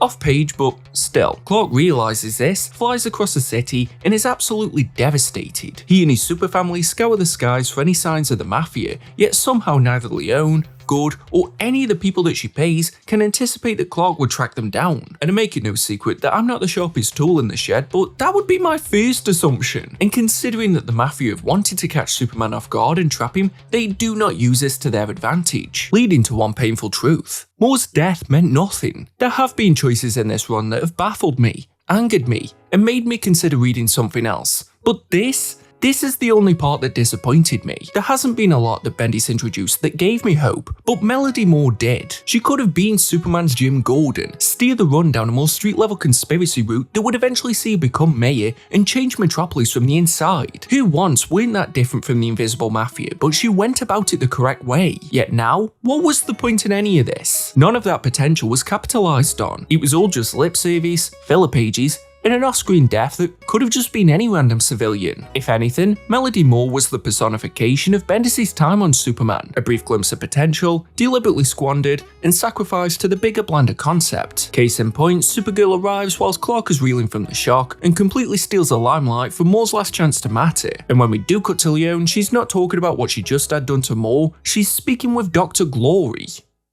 Don't worry, I don't have a clue who the fuck they are either, or why they're the reason that Leon or Robinson don't even acknowledge what they just did to Melody. Turns out Glory was a villain in the Young Justice series, who attacked the team when they stormed Star Labs, and she ended up in prison. And I don't know if I'm more annoyed that I read all of Legion and learned nothing, when Young Justice did at least tie into Action Comics, or that if I had read all of Young Justice, I'd have only learned what could have been summarised in my earlier sentence. Actually, I reckon I'd be more annoyed that Young Justice had her arrested, only for Leon to immediately have her released so that she can become part of a plan in the battle against the Kents. For as little as I care about Dr. Glory, I did enjoy that she had a motive beyond wanting to take over Metropolis. She just wants money and a fresh start, which might make her the most developed villain Bendis has introduced. It turns out their paths have been more intertwined than it first appeared, as Leon met her back in Earth 3, the same one we saw John in when he was up against the crime syndicate. And Glory had expertise in interdimensional travel, which got her out of that universe, and kinda puts a dampener on Leon's origin story that she wants to take over Metropolis because nothing was handed to her in life. Like, yeah, you're in a universe with Ultraman, it's crap for everyone there. But Glory's work at Star Labs comes in handy, as the Red Cloud can get through security, and the Doctor brings in an alternate universe, uber powerful, be-all end-all version of Parasite from Earth 3 to take out the Kryptonians. Which says to me that Bendis has ran out of characters that can easily beat up Superman in this universe and had to outsource. Seeing Robinson reminded me of something though. There is no payoff to Jimmy discovering her double life. He mentions it to Perry but gets completely ignored, and then she's relegated to just being the brute henchman for Leon. I wanted to see how this changed things at the Daily Planet, and with Leon owning the place, maybe she could still pull some strings, but nope. Instead, there's an FBI raid at the office and publications are halted. Now this idea did capture my interest. It's something different, brought back in Agent Chase from earlier, and I thought it was going to put the Daily Planet in the middle of this promised war between the Invisible Mafia and the Kryptonians. But unfortunately, this was a whole lot of nothing. It takes 2 issues for this to even be revisited, and everyone just hangs around at the office, waiting for the fight between the Super Family and Parasite to start so it can serve as a backdrop. The only highlight is a truly bizarre moment when Leon barges into the office, accuses Lois of being an interdimensional alien, and demands that the FBI arrest her. Or so that even more nothing can happen. It really has that early 2000s TV show feel to it, in the sense that each issue meanders until the final page where there's a cliffhanger that promises excitement, only for the next issue to follow the same pattern. Case in point, one issue ends with Leon telling Lois to meet at her house, yet that never happens, and the next issue they argue at the planet with no mention of it. Lois even gets arrested at the end of one, allegedly for assault, but at best she just shouted at Leon for bringing up her dad. Turns out the accusation of her not being from this dimension was taken seriously, as that's part of the investigation. And call me dumb, but I genuinely thought this run was going to have the maddest last act twist that the Lois who returned from the trip with Jor-El wasn't the real Lois, and that would have explained why she's been so weird this entire time. It could have connected to the evil Lois we saw during John's time on Earth 3. Would make sense why Leon would call her out since she's from there as well, and honestly could have connected somewhat to the theme of truth and identity that's been ongoing this entire time. But none of that happened, and the only dimension hopping that we have is the fact that Lois's lawyer is clearly Mary Jane Watson. Seriously, can the guy only draw 3 faces, and do they always have to have the mouths open? This lawyer is actually Kate Spencer, the manhunter that wasn't Leviathan, and is so good that she gets Lois out of custody within 2 pages. However, Agent Chase pieces together that Leon is the one who isn't from this dimension, which I honestly believe she'd never have figured out if she didn't accuse Lois at the planet. So it was such a dumb move that didn't serve at any purpose at all, although it did buy her the time to disappear, and this is the conclusion to Marisol Leone. No, seriously, we don't see her again. There's no final confrontation with her and Lois or Clark or anyone really, besides a letter that we'll get into in a minute. I've bagged on Bendis a lot for his inability to stick the landing, but there isn't even a landing here. We just got perpetual run-up, and for a character I was never that bothered about in the first place. Especially with the Year 3 reveal coming so late on, I was convinced that Bendis had some big endgame for Leone, but fucking Poochie was given a more satisfying conclusion. For as disappointing as all of this is, the one good thing to come out of the late integration of Year 3 is the fight against Parasite. This was surprisingly entertaining, and one of the best battles of the run. The promise of this Year 3 version really paid off, because he can handle his own against the Kents, and gave it really engaging stakes from the jump. Having an enemy that is so familiar to the Super family but beefed up is interesting, even if this gimmick was used with the Red Cloud first. But I was surprised they had to remind each other to not fight at full strength, like, surely the one advantage of a familiar enemy is knowing what to do and not to do. Yet some of them didn't seem to get the memo. I can't hate though, because as a climactic fight, all of the family was there, and there was a constant push-pull until Parasite was contained. Could it have been longer? Sure, but what we got was still good. It was a bit disappointing though how Parasite did just feel like a warm-up until the Red Cloud attacked Clark, but considering it meant that the book hadn't forgotten about Melody's murder, I was okay with this. At least Robinson didn't get written out off page after we'd been dealing with her all this time. But she takes down Clark, which leads to the most flaccid outcome to this problem. The Phantom Zone. Okay, was that not an option the other 50 times she attacked and nearly killed Superman? It was available before she even appeared with Rogol and could engulf the Earth, but now in the very last story arc, the solution that has been there from the beginning is the thing that brings it to an end. That's bad writing. Unfortunately though, everything is wrapped up that neatly. Robinson makes a deal with Superman and is detained at Stryker's Island. Leone left her a scathing letter since she was already evacuated from this series before they could have a face-to-face. The FBI somehow knows that she disappeared, which means that the investigation is immediately cancelled without a single further question, which I'm sure would come as good news to anybody on the FBI's most wanted list. And they also stop looking into the accusations against Lois. We also see Brainiac 5 return to the future without John, leading me to believe this whole event took place after the Legion series. This also means the only benefit of reading that whole thing is the Brainiac 5 recap in Action Comics that was in the same style as the opening pages of Legion. Seriously, that's it. There's not even a single conversation between John and Clark that made me go, ah, that's a reference to Legion. So I can't recommend this Superman run, but if you do read it, don't waste your time further by reading Legion. But with Brainiac 5 back home, the Kents visit the Daily Planet to learn that the Leone situation was solved by Jimmy Olsen buying the newspaper. This is because something happened in Matt Fraction's Jimmy Olsen series that meant that he inherited half of Luthor's fortune. And now I'm pissed that reading Superman's pal Jimmy Olsen would have been more beneficial than reading Legion. With Jimmy in charge, he vows to keep things the exact same as they were, which neatly ties up this whole problem and allows for this final issue of Action Comics to instead focus on Connor Kent. Because that was the storyline that needed resolving, and that resolution that pulls us away from the Daily Planet, Lois, and anything else that was important in this run is that no one at the Hall of Justice knows what will happen to Connor. He may have an average lifespan, he may lose his powers, he may be forgotten by some people who knew him, but also might be the exact opposite. Truly tremendous storytelling there. What a satisfying conclusion to a storyline that I didn't care about anyway. Don't get me wrong, I did like the wholesome moment where they took Connor back to the Kent farm, but the family dynamic has been lacking throughout both titles. So it's not like this was a reunion that feels earned. Hell, John hasn't been in like 90% of either Superman book. I don't know if it was just the wording either, but Connor asks if he should change his name and Clark has the most blasé attitude. Do whatever you want is what he says, as if Clark hasn't just made a big decision regarding his own secret identity that could probably give Connor some kind of useful insight. Annoyingly, we also get a great montage of Clark and John helping people, and it's annoying because this should have been the tone of the entire run. I loved this. It was all I ever really wanted from a Superman story and had been missing for so long. This is the way Clark should be bonding with his son and teaching him about the world, but instead it's their way of saying goodbye as John has to go home. I did air quotes there and I'm not sure if this microphone's sensitive enough to pick that up, but by home he means back to the 31st century.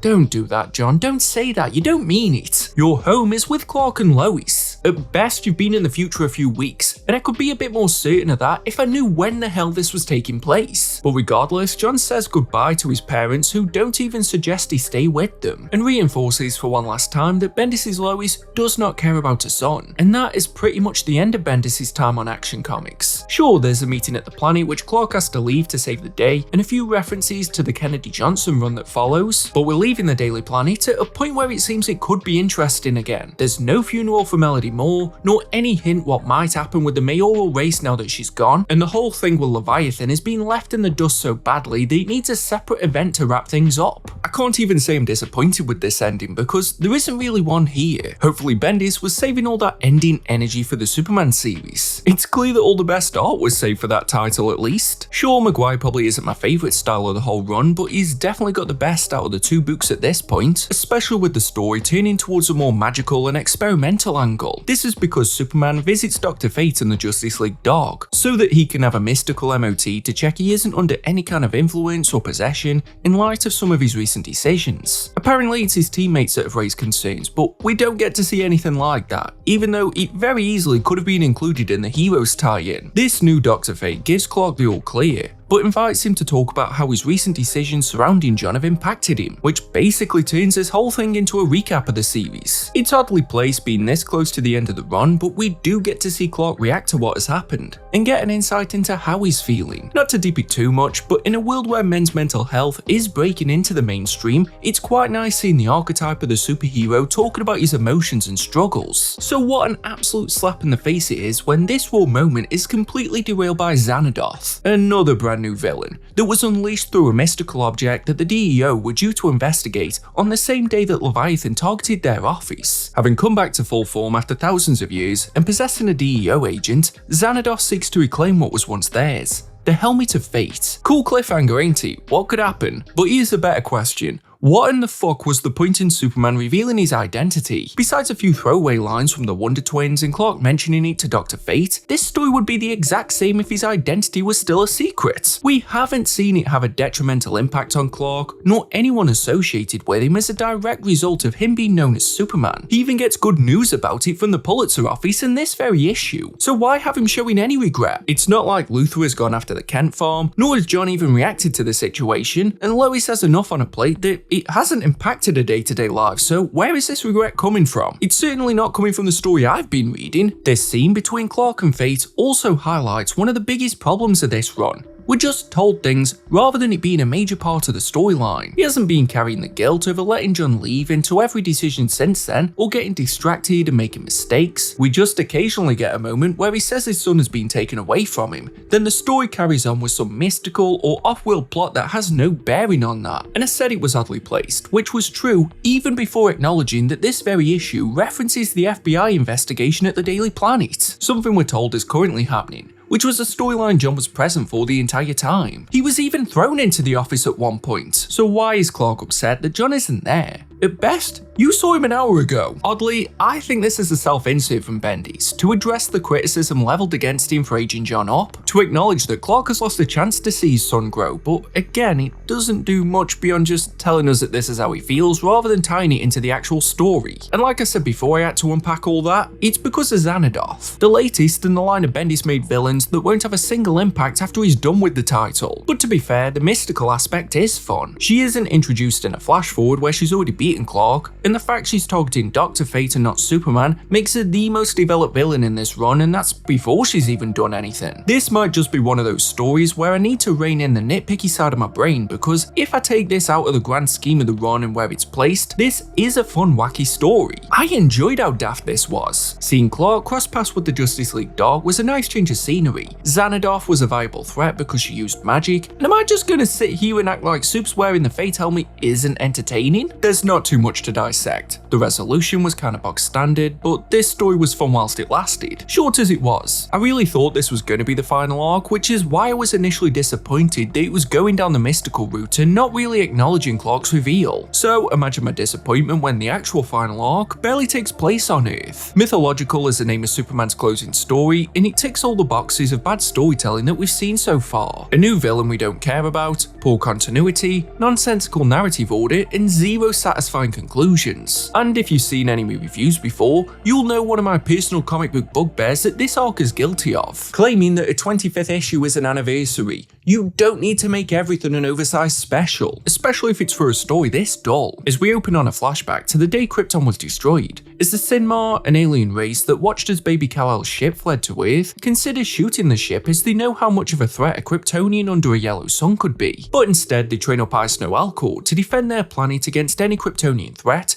and become their equivalent to Superman. So imagine how stupid this planet felt when Clark turned out to be this beacon of hope for the universe. This leads to Alcor having an existential crisis, and when the leaders of Sinmar are killed, he takes the opportunity to blame Clark and go on a quest across the galaxy. Hopefully my monotone voice conveyed some form of enthusiasm there, because it definitely wasn't present whilst I was scripting it. And the worst part, there are some great Superman moments filling up the time between scenes on Sinmar. We get a lot of Clark being a man of the people, saving the day, and Ivan Rice comes back, which is always a highlight. We also get an interesting story with Lana Lang. For once, the flashbacks didn't feel like time wasters, because we're given a refresher on the times that their lives have overlapped. From her rejecting Clark at a school dance, to him clearly recognising her whilst fighting Lex Luthor before his reveal, all the way into the present day. Bendis even finds a way to give a nod to the New 52, which of course is my jam. But this did prove how little I kept up to date on comics during Rebirth, because Lana became Superwoman at one point and I didn't have a clue. But it's yet another series that has been more relevant to Bendis' Superman run than Bendis' Legion. Oddly though, this is another scene that doesn't seem to care much that Clark revealed his identity, and is just the two catching up. That's not me complaining though, because Clark is actually speaking on his fears, and isn't just having to ask a new villain what they want. Sure, it's been saved until the very last arc, but we see Clark touch base with a lot of people in his life. Even Steve Lombard gets a moment, which is the type of world building I'd felt had been lacking throughout. There's a short scene with Clark and Lois also, that follows on from what he confessed to Dr. Fate and had them just speak to each other as parents. It felt organic and real, which made me wish we could have had more focus on their relationship throughout the run. Even the running joke of Jimmy being unable to call Clark Superman came back, and things like that just inject life and personality, which could have made earlier stories not feel so stale. And I was just happy that we were getting scenes following Clark's personal life following the most important reveal in his superhero career, until we're dragged away to spend more time on Sinmar, after Alcor decided that Superman must have killed the leaders of his planet as they were watching footage of him when they were found dead, and I get the feeling that reason wouldn't hold up in court. He now hates Superman, and attacks him on sight, which makes him identical to pretty much every villain that Bendis has created. Of course, this has to be done with a brief flash forward that spoils the rest of the story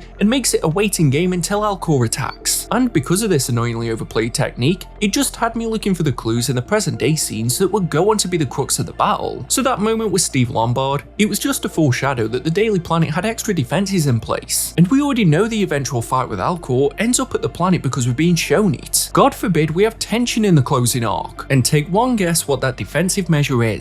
Yep, the Phantom Zone, which teleports Supes and Alcor there the second that the battle gets to the office. But the Phantom Zone can be used in this quasi-permanent state. It really does beg the question, why didn't Superman just use this for absolutely every character that turned up to fight him? Could this not have engulfed Xanadoth? Would it have not been useful when Mongol attacked Earth? Could it have not been used to prevent the entirety of Metropolis's destruction if it had been used to contain Lex Luthor and the Legion of Doom? To give the idea some credit, it does make sense that Superman would put in some measures to protect the office, and Clark uses it as a way to try to calm down and understand Alcor. However, there are some downsides to keeping all your enemies imprisoned in the same place, as Zardu, and I have no idea if I'm pronouncing that correctly, wants to recruit Alcor in his vendetta against the House of L. It might seem hypocritical that I'm not scolding Bendis for bringing in another villain that no one knows about, but maybe it's because Zardu is a minor villain from the New 52 era, so I'm kinda biased. Or it's probably just because Alcor absolutely decimates him as soon as he appears. You know what? That's the way that you introduce a villain. Don't just have them always walk through Superman. Show their power in relation to another villain. Turn someone into a jobber. Just maybe not your main character. I loved seeing how determined Superman was to avoid a conflict and repeatedly chalked this up as a misunderstanding. Sure, it can be seen as naive, but Clark's humanity should still be at the forefront, with a desire to avoid a fight as best as possible. We saw it with Rogol, not so much with Mongol, but here you can see the internal debate of Clark as he has to restrain himself, firmly locked in the belief that if they can speak, they can settle this without bloodshed. But because of how committed Clark was to this approach, I wished we could have seen this tactic work a few times, as besides Rogol, he hasn't done this before, and it once again immediately backfires. It reflects poorly on Superman rather than giving us a better sense of how ruthless Alcor is. There hasn't been any reasoning with any of these enemy of Krypton types. The only thing that works is Clark abandoning all common sense and all the warnings of Kellex by flying off grid to Sinmar, where he and Alcor finally understand each other. Somehow, an orange sun allows this to happen, but it also robs Clark of his powers, setting up what is billed as being the final punishment of the last Kryptonian. Badass name, it's like when boxing matches get a title like Rumble in the Jungle, Clash on the Dunes, or Pension a Punch Out for whenever Jake Paul fights. Yeah, I wrote that line before the Joshua fight was announced. But Alcor's plans are derailed by his own people. As the power goes to his head, he kills the leaders of his planet, causing the Sinmarian resistance to fight back. Now, call me a conspiracy theorist, but I get the feeling this was supposed to have Rogol in it somewhere. We've got this alien threat that's been around since Krypton exploded and will not stop until Superman's dead. That sounds near identical to Rogol, and the fact we have this rushed exposition of a planet we've never heard of so they can have some kind of payoff when the inhabitants of that planet come to Superman's aid just doesn't sit right with me. If this had been Rogol, it would have made far more sense to have him come back at the end, especially with how often he showed up earlier on. But now, instead, we get a very similar villain, but with no weight behind it when his people turn against him. We'd seen Rogol's ability to build an army from his time in the Phantom Zone, so this could have been them, rather than Alcor, who has this pre-existing army. That's just my theory, because the only part of this concluding fight that gives any sense of satisfaction is when the United Planets swoop in to help, which would have meant far more if they were all working to take down Rogol. Last we saw, he was trapped in their prison, so it was clearly setting up something. We've seen him in the future, so he hasn't died and he must have broke out at some point. But maybe the over-reliance of Rogol caused Bendis to pivot, or even worse, maybe it was the dreaded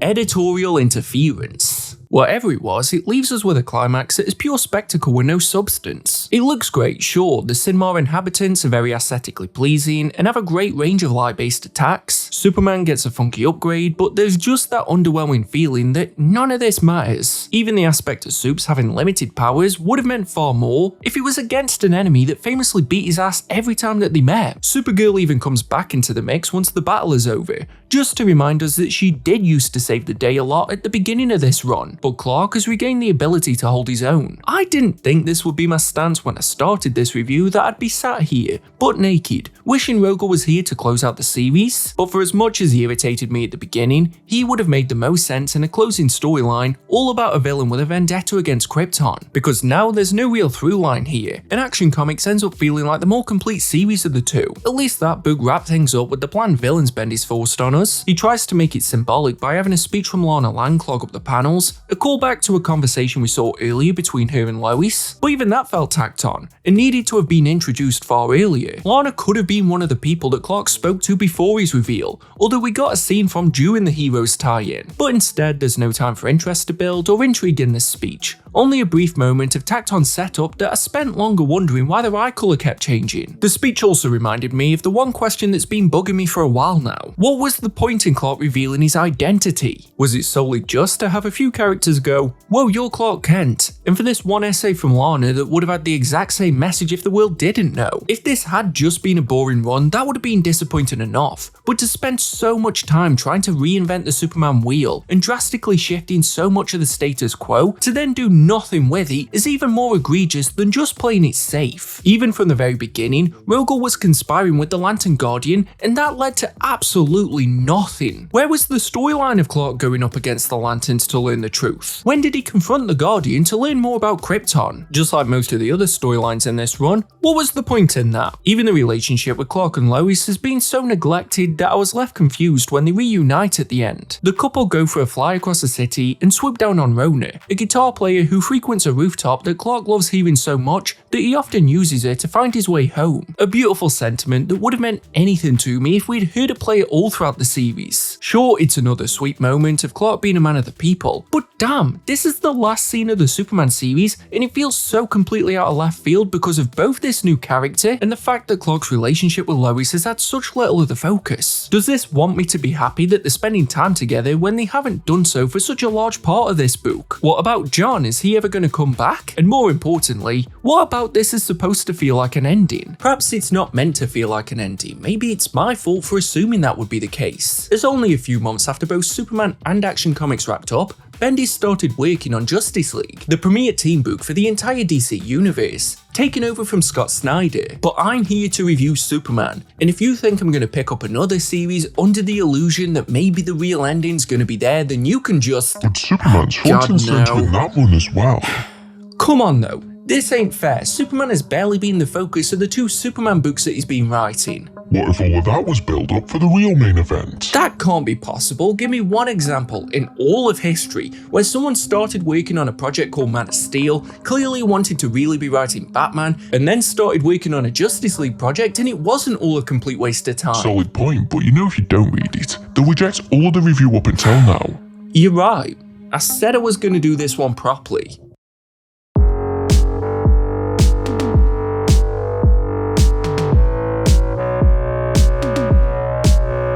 Call me naive, or maybe just developing some kind of Reader's Stockholm syndrome, but I was cautiously optimistic to read Bendis' Justice League. Sure, yeah, I may not have loved all of his X-Men run, but team books are still a dynamic that I love seeing him do. And although Legion should have sapped any hope that I did have, this has Batman, who it's clear Bendis has some love for writing. We open with Green Arrow and Hawkgirl talking about the need to show the world a different side to the Justice League in light of Superman revealing his identity. And I love how in one page, Clark's reveal has more importance here than it did in the entirety of both Superman titles. The League then assembling Kandak, much to the annoyance of Black Adam, as a new threat called Brutus comes through a portal and attacks. Okay. Bit concerning that we're already getting a new villain forced on us, but at least it isn't entirely told in flash forwards after the team's already been defeated. And you know what? This opening fight with the League was fun. David Marquez has a really clean yet bold style so that the action is clear and the spotlight gets put on all the heroes. We got to see what each member brought to the table, and it wasn't just a bunch of jostling about. And even better than that, Superman is powerful. We don't open on him having his ass beat, and Brutus doesn't pose that much of a threat to him. So considering how often he was beaten in his own series, how weak must Brutus be? A major advantage from the start is the dynamic between the team. They feel like a well-oiled machine, with everyone knowing their strength and how they can help a situation. And it's just nice that Bendis isn't trying to reinvent the wheel with the League. They work well, so let's keep it that way. The dialogue feels natural as well, and there's restraint to it. It doesn't fall into that over-explanation territory, which was giving me high hopes considering that this was only the first issue. And he doesn't steal the show completely, but Batman's voice was still my favourite of this ensemble. Although, this does further convince me that Bendis wanted to write Batman from the beginning. But after Brutus retreats and they share a few frosty words with Black Adam, they return to the Justice League headquarters. And I noticed pretty quickly that Aquaman, Black Canary, Hawkgirl and Brutus all seem to speak the exact same. It became unavoidable once the team picked back up the conversation from the beginning, with Oliver suggesting that they need to do more, spoken like a true politician. When pressed, this more comes in the form of new members and new voices to switch things up. But I very much agreed with Black Canary, and have no idea why a team responsible for saving the universe against any and every threat would need to switch things up just for the sake of it. And considering that responsibility and reputation that the League has, you'd think adding a new member would require some kind of interview,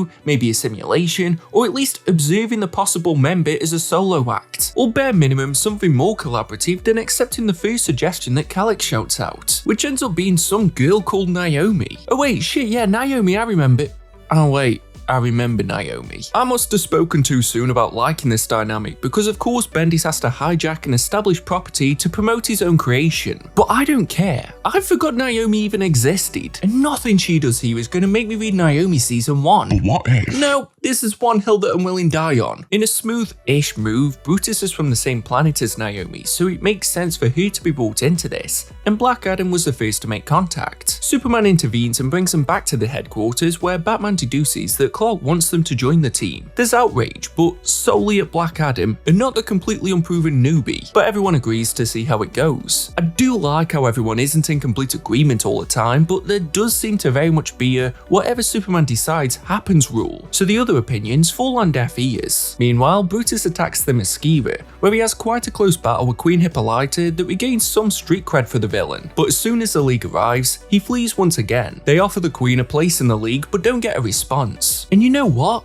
I just realised this is the first main title in this video that didn't need a mini-series to get to the point you knew it was going to get to, and it deserves credit for that. With Brutus's attacks increasing, the League decide to teleport to Naomi's homeworld and put an end to it. But the trip separates the team, and the place that greets them is far from welcoming. And can I be honest? this opening storyline is just kinda there. But oddly, this being just okay is an improvement over where we left Superman and Action Comics. It's a lot more stripped back from what I was used to, but at least it doesn't trip up like Legion did and have so many storylines that the characters barely feature in it. There was even time for a nice moment between Batman and Naomi, where he helps her figure out her powers, even if I haven't seen DuckTales to get what that reference was about, and it seems like the entire scene hinged on it. And I really like Black Canary here. This planet amplifies the powers, and her reaction in particular was great. But that did also send Super's powers into overdrive, leaving him completely vulnerable to attack. And this might be the one time where he gets beaten that doesn't feel cheap, because it gives the other members a chance to shine. I just wish Brutus had been a more engaging villain to go up against. His fights just seem to be him throwing a character,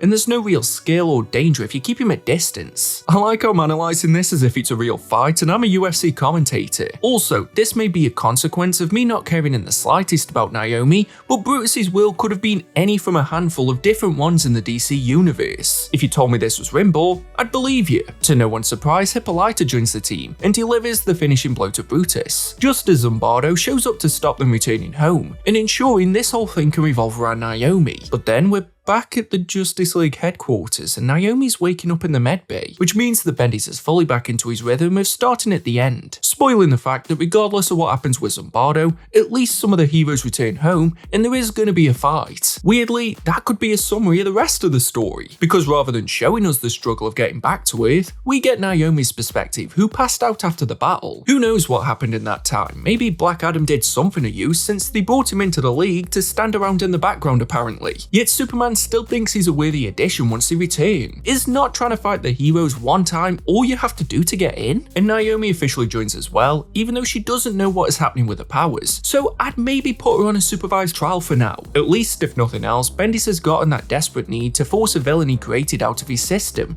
and with the League assembled, he can tackle more of an established... Wait.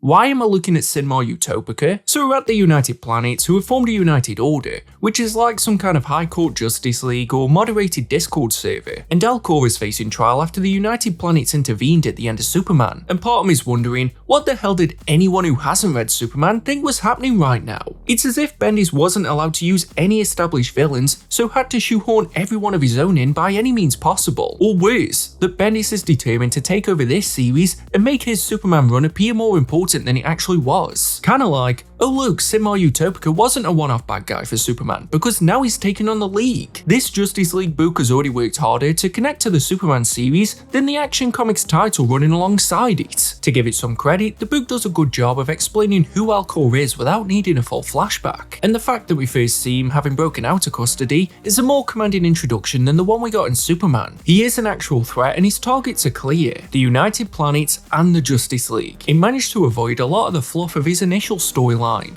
and was lulled into a false sense of security that the League would be fine for a few issues whilst he moves across the galaxy. But no, he goes straight to the Hall of Justice. I liked how off guard everyone was. They were training the team, Black Adam was doing nothing so that more of the spotlight could be put on Naomi, and the Wonder Twins were there for some reason. But unfortunately, this fight just did not deliver. I was more entertained seeing the members of the League that helped evacuate the area, and I much preferred the fight against Brutus. Maybe because it wasn't so much a fight, as it was one person would swing, and then someone else would be thrown across the page. Or it could just be that the Sinmar Utopica wasn't an exciting villain when he was in a 1v1 against Superman, and now it's so stacked against him that a few of the members are just standing around. Like, Aquaman demands that Batman hits him so that he can be amped up, but then all he does after this is fly alongside the League. Did you really need to be hit for that? As well, I'm not sure if it's a nod to the Gold and Silver Age, but why are so many random characters introducing themselves during the middle of the battle against Sinmar? It doesn't even feel like their input's warranted, and that if the League could figure out a strategy like they had against Brutus, they could easily take care of the situation. It was pointless anyway because Sinmar shoots one blast and obliterates the Hall of Justice, so the extra heroes brought in likely just resulted in more injuries. But it was around this point that I realised that not much is actually progressing. There's just a lot of postulating, and it's disappointing considering the quick start this storyline had. He's attacking the Hall of Justice, Superman fights him in space, and then they're back at the Hall of Justice. The League's growing in numbers, the League's then defeated, then more backup arrives, and it's just lacking any kind of heart. Remember when I said the Brutus storyline was just okay and I acted like that was a negative?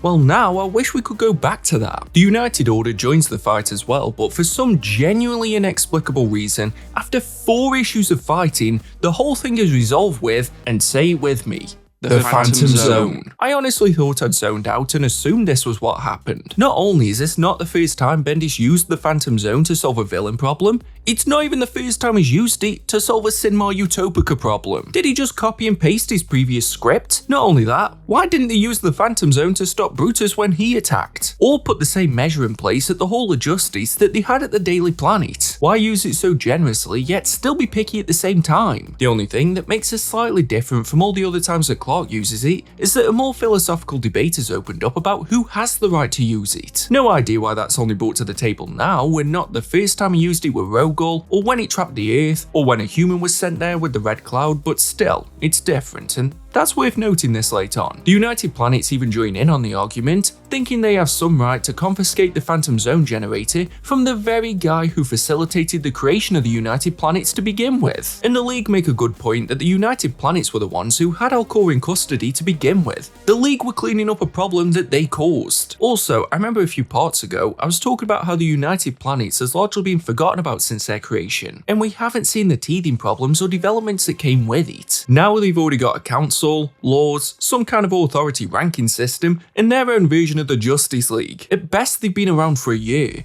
and they went from the planets wanting to kill each other but forming an alliance for Superman to being some kind of galactic defense authority. It's all just reinforcing that there's no clear story progression, or even satisfying payoff to some of the bigger ideas that Bendis put forward. The result of this standoff over the Phantom Zone results in the United Order allowing Superman to keep the projector with no further questions. No line drawn in the sand, or a battle where Superman has to go against the very coalition he created, or even a storyline where the United Order get the projector and misuse it. So what was the point in even having this scene? It failed to progress any further than when Clark pondered the ethics of it. This attitude bleeds into everything. Because the Hall of Justice that was destroyed in the battle, and they acted like this is 9/11 for the Justice League, is fixed in a fraction of a second as the Flash restores it to exactly as it was. Then why not just do this a second after it happened? Why bother making such a big point about it when the solution isn't remotely difficult to put in place? Just like in Action Comics and Superman, everything is cleaned up so neatly to the point where it's as if nothing ever happened. The story is so easy to be forgotten so that all focus can be pointed towards Bendis' new obsession. Checkmate. This crops up for a separate story that's been happening at the same time, where Arrow and Canary are on a romantic drive, wanting to spend more time together after what they experienced on Naomi's homeworld. And I enjoy Bendis giving these two time together.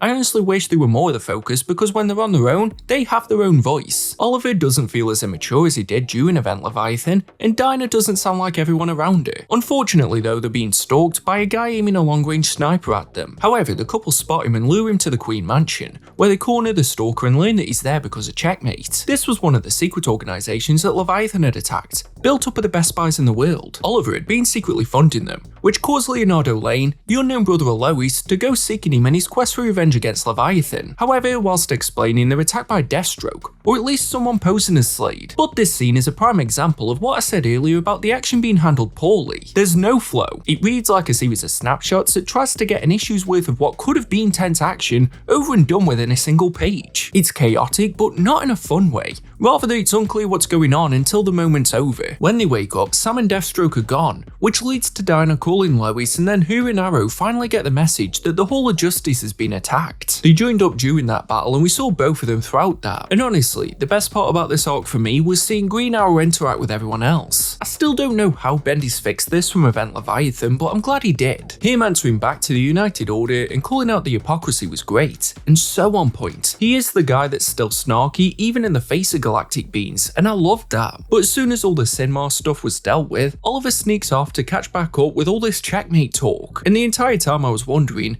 am I supposed to already care about Checkmate? Bendis has spent so long just introducing concepts, teams and characters as if they've been around the whole time that I just couldn't tell anymore. The whole Leo Lane thing was so tacked on that it was hard to be invested, and dragging anything back up from Leviathan's era isn't a good way to make me care. I get the motivation, his dad's dead, but Lois seemed to accept that fairly quickly and she's the Lane that I care about the most. So Leo feels like he was created solely so that Bendis could untie that knot in a way that didn't betray Lois. Or worse, maybe he still didn't want to write much of a story with it. Checkmate are impressed with him at least. They watch a video on Leo whilst a group of Deathstrokes attacked him, and every question I had about the video the Daily Star received from Unity Day is applicable here. Like, who is recording this? But we finally get a look into who is a part of Checkmate, and it's very similar to the team from Event Leviathan, but Leo finally gets to meet them like he'd wanted when approaching Arrow and Canary. Turns out with Leviathan gone and me confused as to when that happened, a new shady organisation emerged that wanted to recruit Leo to take down the Justice League, but he refused and became the primary target. I honestly don't know what the difference is between this new group and Leviathan, but the fake Deathstrokes are so bad at their job that they confuse Green Arrow for Robin Hood. I guess the main difference is that at least Bendis isn't hijacking his own Justice League series to make us read some different event. You know, like he did with Leviathan and Action Comics, because it's not as if there's some kind of Checkmate mini-series. What's that? There is a Checkmate spin-off? That doesn't make any sense. It hasn't been referenced or built up to until this very arc where it's felt like a side story. Like, did Bendis really assume I was reading Checkmate this entire time? That's just not fair. You can't derail a Justice League series for Checkmate. Like, I tried so hard to not miss any series, and of course we're gonna skip over Naomi season 1, but this one slipped by, and apparently now it's the nucleus to the whole entire thing. Well, maybe I can just avoid it and Justice League will still make sense. You know if you don't read it, everyone in the comments will tell you your opinion is mid because you missed out the best part. You know what, there's no fight left in me, just load up Checkmate.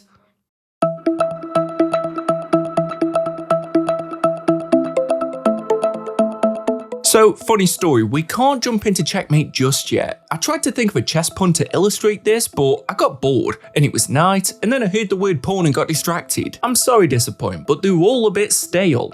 Mate. Yeah, I didn't think any of them were good either, but the formation of this incarnation of Checkmate takes place in another Bendis-led title called Leviathan Dawn, that was set after Mark Shaw teamed up with Lex Luthor, and following Clark revealing his identity. And you can tell this because it's mentioned abruptly in the first scene, and then never spoken about again. But during that time, Leviathan has regained the ground he'd lost during the first event, and it's apparently been growing so fast that no one's been able to stop him, which feels like a stretch. Now, I'm not asking for more stories centered around Mark's plan, but he went from crying on a beach after losing, to working with Lex Luthor, to being so large that he buys a country to house his operations. There's more than a few gaps in that timeline. The whole working in the shadows idea is interesting, but I can't imagine the heroes from Event Leviathan wouldn't have kept an eye on him, or not noticed when his army increased in numbers. Mark's recruited a few new high-level members of his team, along with getting rid of those who betrayed him, and I promise I'm not just copying points from earlier, but why should we care? Sure, his approach is slightly different by broadcasting his message to the world and taking Leviathan out of the shadows, but that's the only thing different this time, so why would I have any confidence that this would work? It sank back into that vague phase because all we get is that he wants to shape a better tomorrow.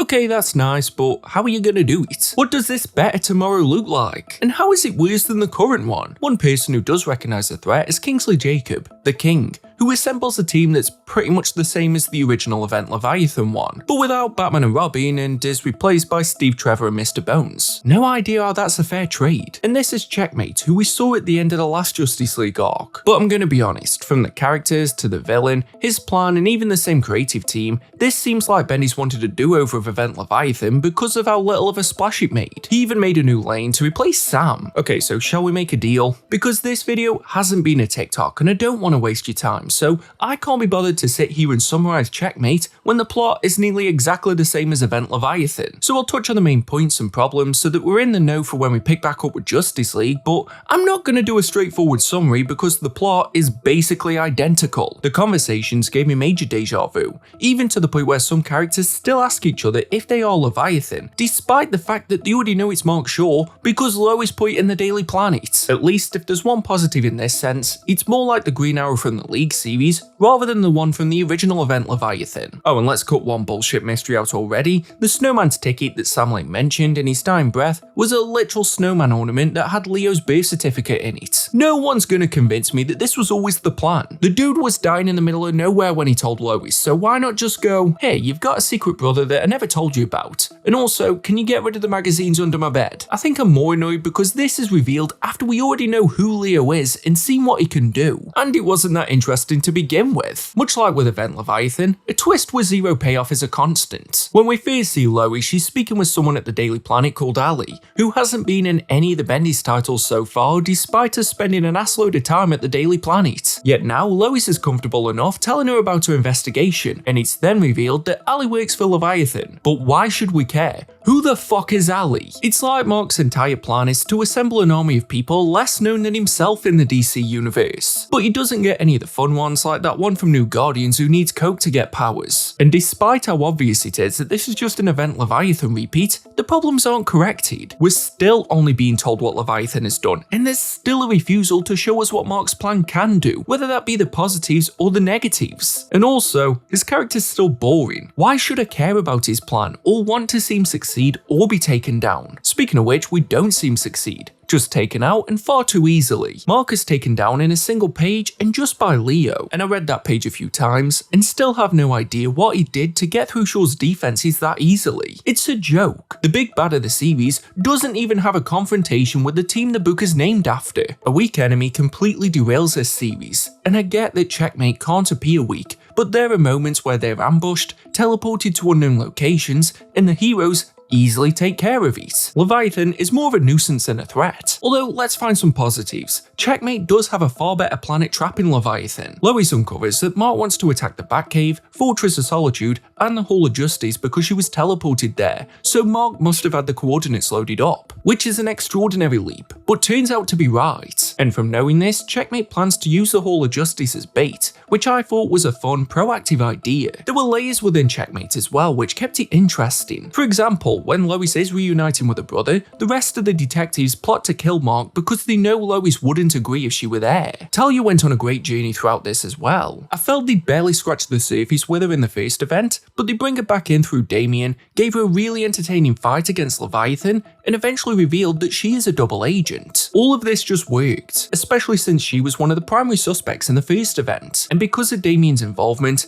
this was the main point of suspense for the whole series. It was fitting that she stepped in at the end to lead Leviathan since Mark crumbled at the first sign of threat. But Bendis, don't threaten me by teasing that there's more of this in the future. Sorry, forgot to add this into the negatives and I can't not mention it. But in the very final scene with Checkmate, it's revealed that Kingsley is Commandy. Like, the Commandy. Amanda Waller figures it out and not one of the world's greatest detectives that have been working with him, so all this does in the final pages is make the team he assembled look crap, because this adds nothing to the actual story and it didn't even make me look back on it in a different light. However, Superman was overall utilised better here, and Malieve improved on him also to avoid him having that sickly look. There was a great scene where he and Lois were just talking about what she thinks Mark's plan is, and I wanted more of this in the main Superman titles. And maybe this can just be added to the list of my dumb theories, but when Clark and Lois said that Leo looked like John, I honestly thought this was going to turn into some dumb time travel plot and Leo was going to be John from the future, especially with how the original Event Leviathan brought John into it for no reason. I guess that twist must have been reserved for Kingsley instead. But issue 4's cover is straight up clickbait. Nothing like this happens. So that brings us up to where we left the Justice League. By this point, all issues of Checkmate had been printed, and all we've really learned is that Checkmate exists, and Leviathan shouldn't be a problem. The team of heroes and team of detectives have captured the fake Deathstrokes and want to know who they work for now that Leviathan is gone. They allow one to escape so that they can follow him back, but the leader's blown up by a missile so quick that they can't see it. They interrogate another with a lasso of truth, and this was a fun scene because of the way it made him view the different members of the Justice League. But all leads point towards the Royal Flush Gang, who I vaguely remember from a Batman run, and I'm not even sure which one. Don't get me wrong, I'm glad this whole fake Deathstroke storyline was binned off, that really overstayed its welcome, but the reveal that they were orchestrated by the Royal Flush Gang did nothing for me. I'm more interested in what they do because the league correctly notes that Royal Flush are always just looking for a big score, and not to change the world like Leviathan, but that moment Kellex interrupts because the Fortress of Solitude has been stolen. That's a daft concept, but I'm here for it, even though part of me was wondering why Clark couldn't just build a new one like he did after Rogel destroyed destroyed it because that looked really easy. Unfortunately though, Bendis once again can't get out of his own way, because we follow Supes and the League piece together what's happened, which was interesting, but we're also getting flashbacks of the Royal Flush Gang setting up their plan. Just let us experience it with the League. We already know who did it before we know what they did, so just let the reader be in the present. Maybe I'm being critical at this point because the flashbacks are where we have to deal with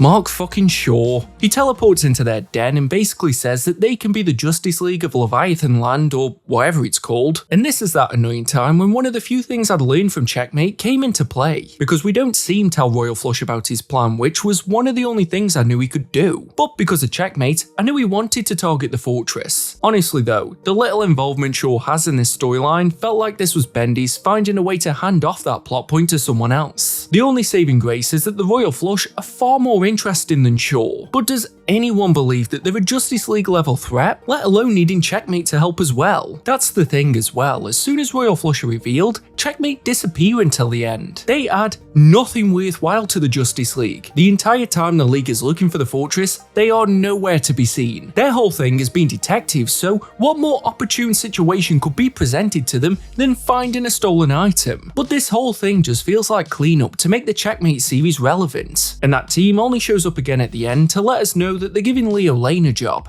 And honestly, does anyone care? He may be one of the only characters that got less interesting the more that I knew about him. I sort of hoped one of the Deathstrokes would kill him off panel, you know, giving the Melody more treatment. Now don't get me wrong, the Royal Flush don't need both teams to be taken down, but why not just bring something in that did require them to team up? It's stuck in this weird no man's land because certain members have to be buffed to make it even, and I'm just not buying it. Ace gets into a fight with Superman and somehow this is quite competitive. Yet when you think about it, this is the type of guy who Soup should have been dealing with in that montage with John. Then to give this an epic finale, the gang opens a bunch of portals, summoning a bunch of creatures and villains, which was really fun to look at.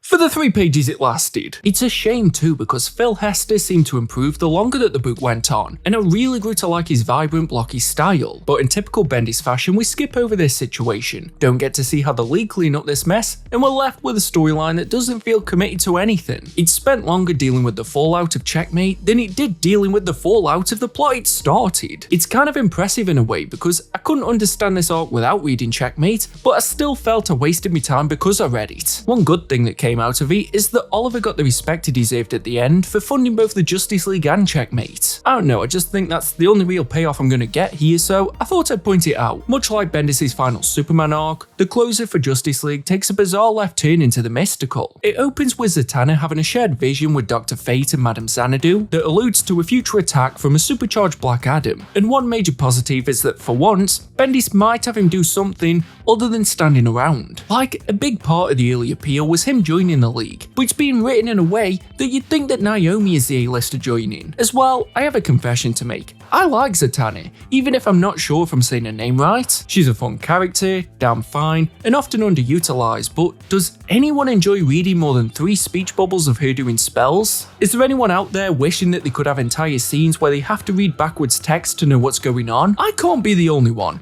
but in a series that was already annoying me, that was insult to injury. The Justice League Dark then head over to the Hall of Justice to warn them of the vision, but at the same time Black Adam is approached by Xanadoth, which means officially that every storyline in Bendis' JL run has needed you to read his Superman to even know who the villain is. Side note, it's confirmed as well that Superman is off planet now, which would have been because of the Warworld saga, but it also means that Bendis' time with Superman is officially done, which is disappointing because I thought this could have been a conclusion for his time with the Man of Steel, but there's not even a goodbye or some kind of send-off, meaning that there really hasn't been an ending for all of his time on Superman. Yet at the same time, from the fact that all the enemies in JL originated from that run, this still feels like it's meant to be a continuation, although it's now missing the character that I read it for in the first place, and just as the ones that I'd already forgotten about. Well, if Bendis doesn't think it's worth spending time on, why should I? Xanadoth tells Black Adam that she wants to use him as a vessel, which he declines and leads to a great battle in the middle of Kondak. The whole League isn't there, but I prefer getting battles with different combinations of heroes. It switches things up, makes the bigger fights feel grand in scale. Despite the resistance though, it's futile because Xanadoth does eventually take possession of Black Adam. Then there's an odd scene with Zatanna, Xanadu, Dr. Fate and Etrigan that's slotted partway through the fight. The art changes, and I really like this style, it reminded me of Lee Bermejo,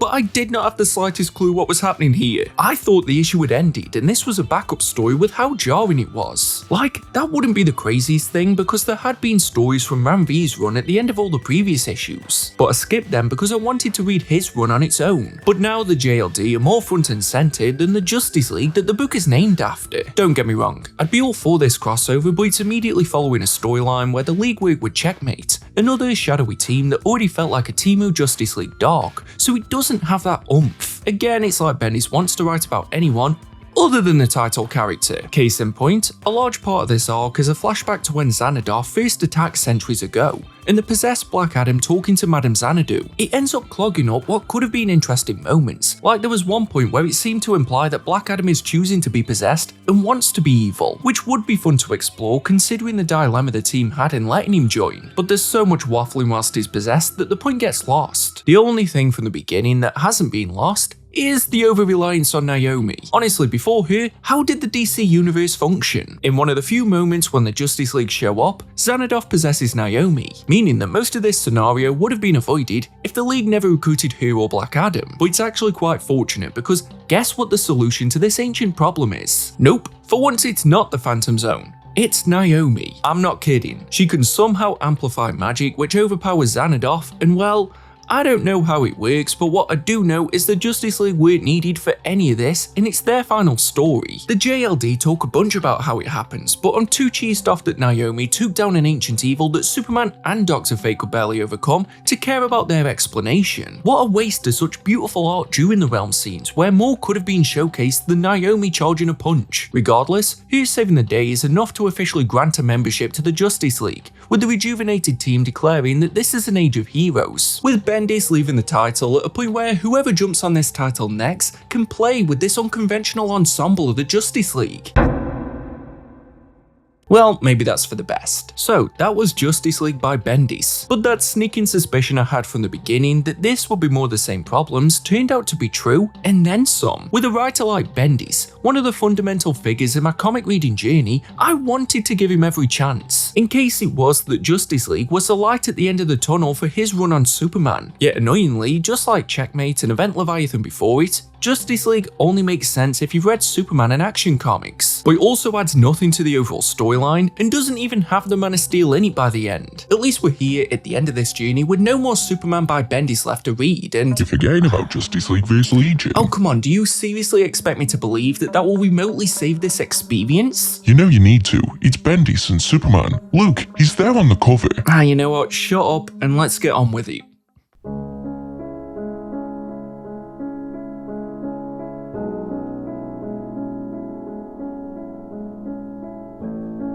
Why am I doing a third epilogue? How am I able to do a third epilogue? This shouldn't even be possible. Yet when I see a title like Justice League vs. Legion of Superheroes, I kind of have to take a look. There was also a Justice League annual that I didn't realise Bendis wrote until I was deep into this script, but long story short, Wonder Woman is alive and John is somehow in the present day. You're welcome. Now, I'm not going to sit here and pretend I miss the Legion of Superheroes because I'm not good at acting as it is, but I was quite pleased to see that this picked back up with the Gold Lantern storyline. I can't say I was dying to find out what the resolution to this was, but I'm glad reading Legion finally felt worthwhile. Whilst out in space fighting some enemy from Orion, various members of the Legion experience a shared vision known as the Great Darkness, caused by something called Madame Honor. Meanwhile, in the 21st century, the Justice League also experienced the phenomenon, although in typical annoying Bendis fashion, we see the Justice League immediately after what is labelled as the most exciting thing they've ever done, with a plethora of various rogues at the feet, leading me to ask, why couldn't that battle have been in the story? John, now seemingly able to jump freely between time, brings the Legion back to the League's era to get to the bottom of things. And one of my notes here just says, the double page of the Legion at the Hall of Justice may be the most Bendis-y page of all time, which should tell you all that you need to know about how disjointed this is. At that very moment, Madame Honor happens again, throwing everyone except for the Gold Lantern into the 31st century, which surely must cause some problems considering John going into the future was this big deal because it disrupted the time stream. But there's no time to focus on that very valid question because we need the origin of the Gold Lantern. To be completely honest, I quite enjoyed this story, but in a book where the title promises that the Justice League will go up against the Legion, I couldn't help but wonder why this wasn't in the actual Legion series. And while I'm on that point, when does the versus part kick in? Look, I'm not saying I want these two teams to fight, but that's what the book's called. And we're a third of the way into the series and they're all just getting along swimmingly. They'd have probably fought more in a regular crossover. Is it because Superman should be able to handle the Legion on his own? Wait, where is Superman in all this? He was there on the cover, and the annual changed when it was set to make sure Clark could be there despite War World, so surely Bendis wouldn't.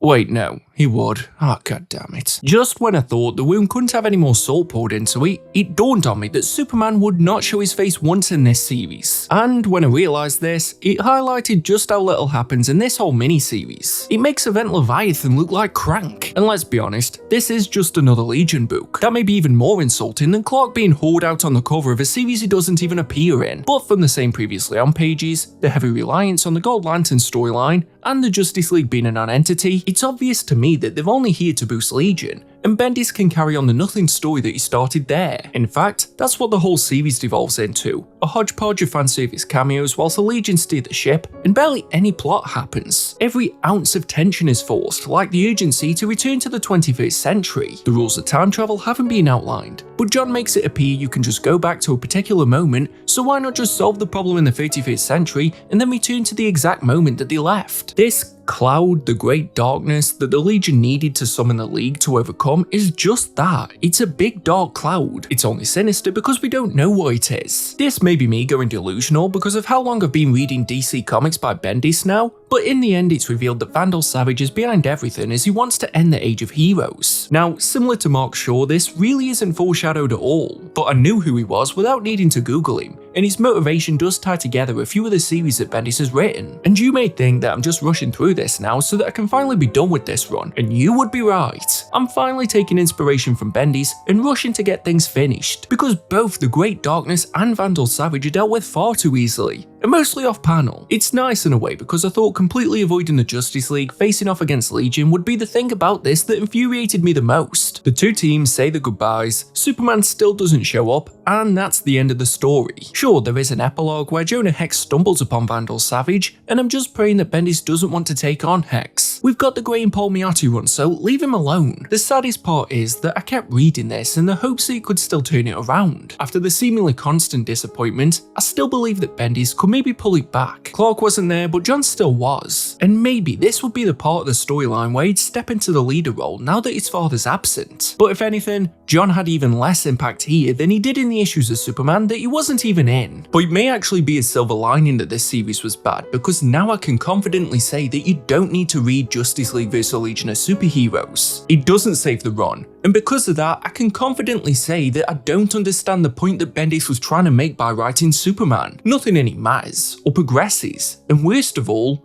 it's rarely entertaining.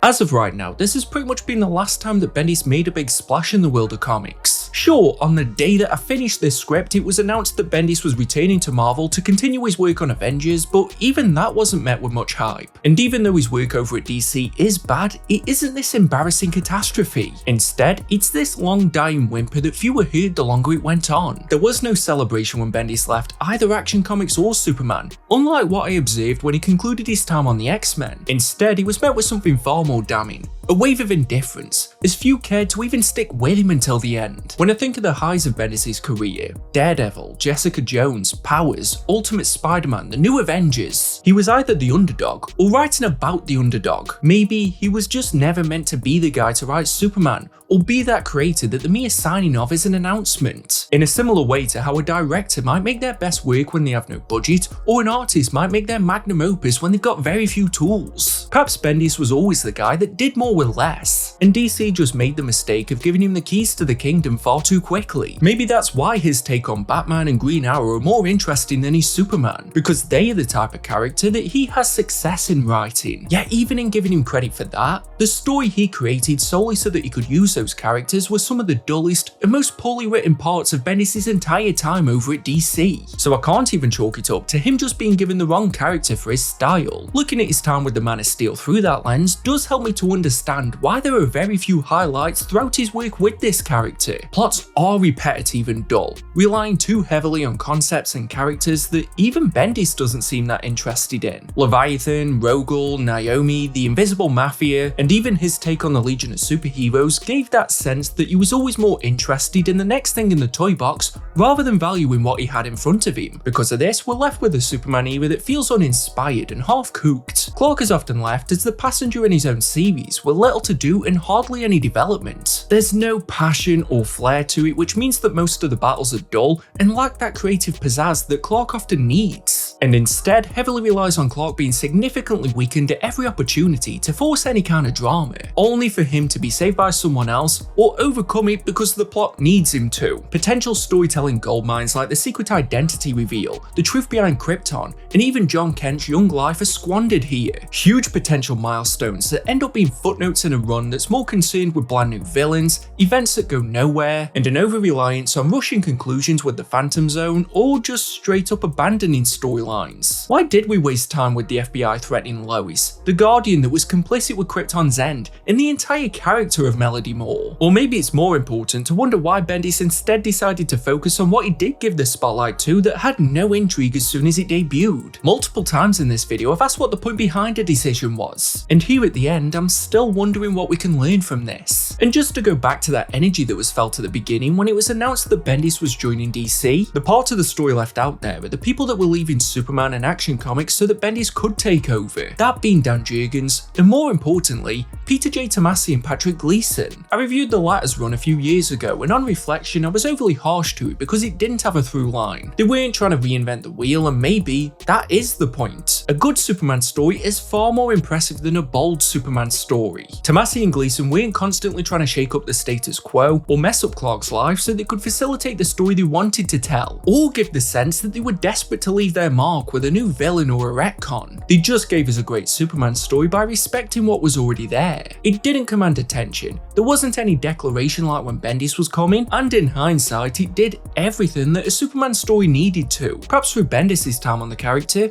I learned that the hard way. Maybe the point we should be taking is that you don't need to reinvent or save a character in order to leave a legacy. Something as timeless as Superman is good enough already, and no amount of radical changes or retcons will improve on what we already have. But the craziest thing is, despite everything that Bendis has done here, the truth is,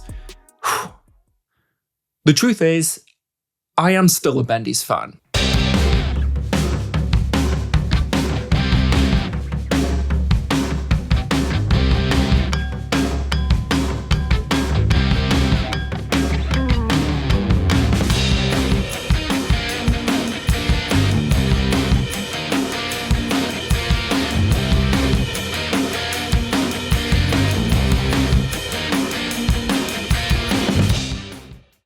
Finally, another one in the bag. I am a Bendis fan. Wait, has he been there the entire time? Do you think you can only review the bad Bendis runs? Wait, what the hell are you talking about? Mr. Mad Dog? You've become part of a bigger storyline. You just don't realise it yet. What in the fuck are you talking about? I'm here to talk to you about the Bendis Avengers run.